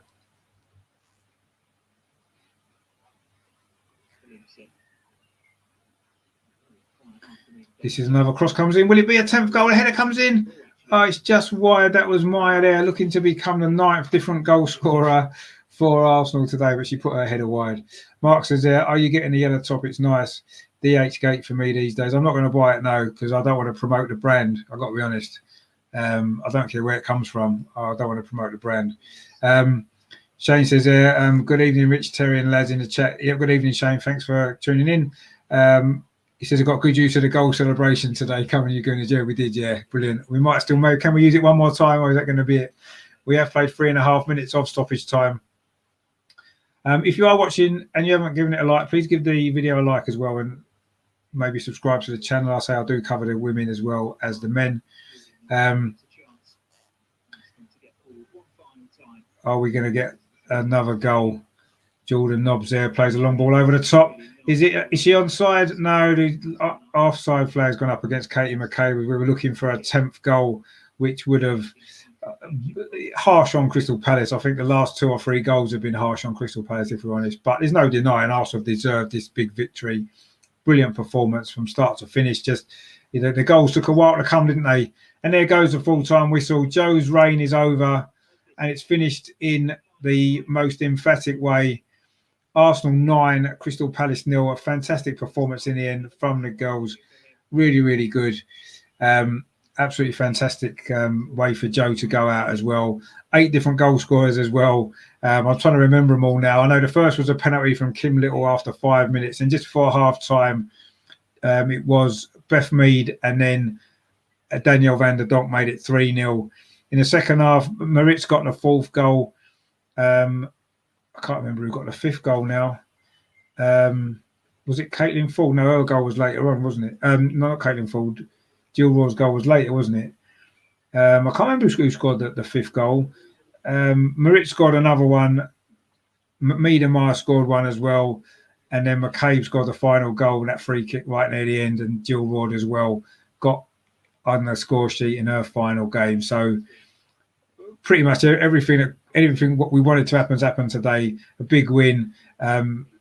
Jill Ward scoring on her final game, a clean sheet as well for Zinsberger as well to finish the season. And yeah, we are in the quarterfinals now, which I say isn't going ahead until September, just for those who are unaware. That they're playing the rest of the FA Cup for the women at the start of next season. But yeah, Joe there is just getting hugs off everybody on the pitch, fully deserved as well. Fantastic 3.5 years he's had at the club, and everybody I think is going to miss him. I think there's no doubt about that. Let's just hope that, you know, whoever comes in to take his place can build on the work that he's done. You know, this is a great squad of players, isn't it? Yes, I think 1 or 2 will need to be added as well. You know, Jill Rod's obviously going, so it would be nice to get a replacement for her. And I say 1 or 2 others as well to build on the great work that Joe's done. And he has done a fantastic job. The team are good to watch, score lots of goals, play great football. So, yeah, it's going to be a shame. But it's a new era starting for the Arsenal women. Kevin says there in the chat, where's he going? He said he just needs to spend more time with his family. I think he's just going back to Australia and having some time out. And I'm sure at some point he will be back in football, coaching, maybe back in Australia. Of course, he came from Melbourne City, didn't he, before? So maybe he'll just go back to Australia and coach over there. But, I mean, what a fantastic job he's done. And, yeah, just, great way for him to go out as well, wasn't it? Terry says, well done, girls. Pleasure to watch. Come on, hit the likes. Yeah, hit the likes, please. Yeah, we're on 17 now. Can we get it up to 20? Go on, why not? 3 more. Just 3 more of you need to give it a like. That'll be good. Steve Friedrich again says, if you want them parasites called the Cronkies out, then please, all Arsenal fans, do not buy the new kit. Hit them where it hurts most in their pocket. No, I agree. That's, you know, not just that. That's one of many things that needs to happen if we want to get them out. But yeah, that's certainly my feelings as well. You know, I don't like the kit particularly anyway, so it's not going to be a big issue for me not to buy it. But I know there's lots of people that do. And yeah, we need to maybe be strong and make a stand if we really want to get the owners out. It's pointless having protests and saying you want them out and then going and giving them your money. But anyway, that's another debate for another day. We need to focus now on Joe as he brings the curtain down on his fantastic coaching reign at Arsenal, which has been absolutely fantastic. I say he won the WSL, of course, in 2019. Fantastic achievement that was. What a team that was. What a season that they put together there. And yeah, we've maybe dropped off slightly since then. You know, Chelsea and Man City have maybe just got a little bit of they've just gone ahead of us a little bit, haven't they? I just feel as though maybe partly that's down to the fact that they've spent a lot of money as well. And Joe's maybe kept faith in his team, and you know, we maybe haven't strengthened enough in the last couple of years, maybe to build on that. But you can see that the foundations are there for whoever comes in, and let's hope that the new coach, the new manager, can really take this team on and push us even further to even more glory and great times, because it's been a pleasure watching the Arsenal women, over the last few seasons, and it's been a pleasure for me to cover them on this channel as well. And that is the season over with, of course, for another year. We'll of course be back with them starting again in September when the new season starts, or August or September, I think it is, isn't it? But we'll be covering them again as well. So yeah, brilliant from Joe. A great performance from the girls today, and gone out on a high. So it has finished at Bournemouth at Meadow Park this afternoon in the 5th round of the Vitality Women's FA Cup 5th round. Arsenal 9, Crystal Palace 0. I'll try and remember all the goal scorers. It was Kim Little, the first goal from a penalty after 5 minutes, and then just before half-time we scored 2 very quick goals. It was Beth Mead and then Danielle van der Donk, who had also had an earlier goal ruled out for offside. In the second half, the goals really did flow, didn't they? We got 6 in the second half. Maritz got 2 from left wing back, 2 good finishes for her. Miedemar came off the bench and scored as well. Jordan Nobbs got 1, and Jill Rord as well on her final appearance for the club also got a goal. And in the end, it was Katie McCabe got the final goal of Joe's reign. It was a free kick right on the edge of the box in the final minute, which she managed to fire home and get the 9th goal and the last goal, I say, of Joe's reign. So brilliant performance from the women. You got to give credit to Crystal Palace, actually, because they did keep going all the way to the end. They just ran out of steam. They were getting very tired in that second half. And, yeah, it was no real surprise, was it, that the goal started? We got quite a lot of goals in that final 10, 15 minutes as they were getting tired. They put a lot of work in, certainly defensively, didn't they, before that? So big credit to them, and well done to Crystal Palace, and good luck to them, Crystal Palace women, for the future and for next season. And you never know, you might end up in the WSL at one stage as well. So we may well play again at some stage. But it was all about Joe today, wasn't it? So celebrating his 3.5 years at the club, the great work that he's done, and the legacy that he's left for the next person to come in and hopefully, I say, take this team forward. You can see the quality that we've got throughout this team. 8 different goal scorers today kind of underlies the quality that's there. Good defensive base as well. 9, 10 clean sheets in the last 11 games of the season. Just fantastic. Fantastic. So, yeah, just a shame there was that little run in the middle of the season that cost us the league maybe this year. Terry said it's going to be interesting to see who does come in for Joe. Hope they don't leave it until the last minute and get them in ASAP. I'm pretty certain that it's going to happen quite soon. I think they'll be in plenty of time for the new season. I'm pretty sure they will. So, yeah, I'm not too concerned about that. But they're just going through. They're just showing some clips now of the trophies that Arsenal have won under Joe: a Continental Cup, of course, and the league title. Just brilliant, really. And of course, we did lose a couple of Continental finals as well, didn't we, to Man City and Chelsea. I went to the one against Chelsea actually last year where we lost in the final minute. A lot of late goals have cost us against the big teams, actually. And they're just doing a little bit of a tribute to Joe. It says he became manager in November 2017. And of course, he did a fantastic job. Came from Melbourne City, as I said. And, he's done a fantastic job coaching the team and taking them on to new levels of success. They had the first league title since 2012, I think it was, wasn't it, when we won it in 2019. And you can see the great work that he's done with the club. And I say, let's just hope that the new person that comes in, whoever that is, really does, build on the great work that he's done. So, yeah, fantastic today from the women. A great way for Joe to finish, I say, a 9-0 victory in the FA Cup. We're in the quarterfinals, and it's we need to say we look forward to that at the start of the season, of course, because it's not being played now, is it, until September now, the next round. So the draw will probably be made at some stage, and I'm sure we'll I'll keep you updated with that as well. So thanks to everyone for watching. There's a lot of people watching throughout the show today, actually. Fantastic. Thanks for each and every one of you.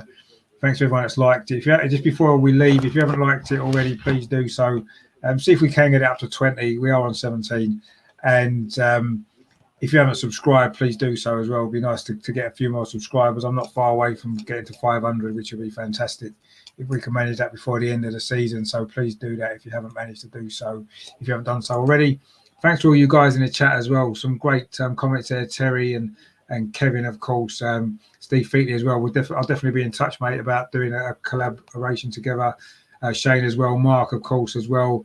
Victor, enjoyed the victory as well. Good to see you on the channel. Robbie as well. Just some great comments, some great people. James earlier as well. Robert, thanks to all you guys. MC Mazzy as well. Jordan, who was a Crystal Palace fan actually, unfortunately, but well done anyway for the work that you guys put in. And Bargav as well. Thanks to all you guys, Luca earlier on. So thanks everyone for watching. Thanks for your support of the channel. I hope you've enjoyed the coverage today. And I say stay tuned because I've got a couple of live shows coming out over the next couple of nights, looking back on Arsenal in the FA Cup finals, everybody's memories of FA Cup finals. So if you want to come on, actually, if you've got some great memories from you watching Arsenal in the FA Cup final over in your lifetime, please get in touch via Twitter. Send me a message on Twitter and I'll get you on the show. You can talk about your memories. We're going to be looking at your first FA Cup final watching Arsenal, your favourite one, the best goal you've seen, obviously maybe your worst memories as well. The worst cup final is one that springs to mind for me particularly, and all that kind of stuff. So yeah, some absolutely great stuff that's going to be over the next couple of nights. There's going to be one out tomorrow and one out on Tuesday as well. So if either night suits you best, let me know if you want to come on and let us share your memories of some great FA Cup finals watching Arsenal. Of course, we've won a lot, the most in history actually, so that's going to be really good. So please tune in for that tomorrow. It's going to be 7:30. I think we're going to be starting that show tomorrow, but I will keep you updated anyway with on Twitter and everything like that. Terry just says there, smashed it, Rich. Well done, mate. Have a nice weekend. Yeah, not much of the weekend left now. I'm going to go to the gym actually before settling down for the evening, and then tomorrow, of course, preparing for that show on the FA Cup. So yeah, thanks to all you guys for watching. Stay tuned to the channel. I say please subscribe and like before you go. And yeah, fantastic. So thanks to everybody. And Ryan there as well. 9-0 showed no mercy. No, indeed we didn't. It was relentless in the end, wasn't it?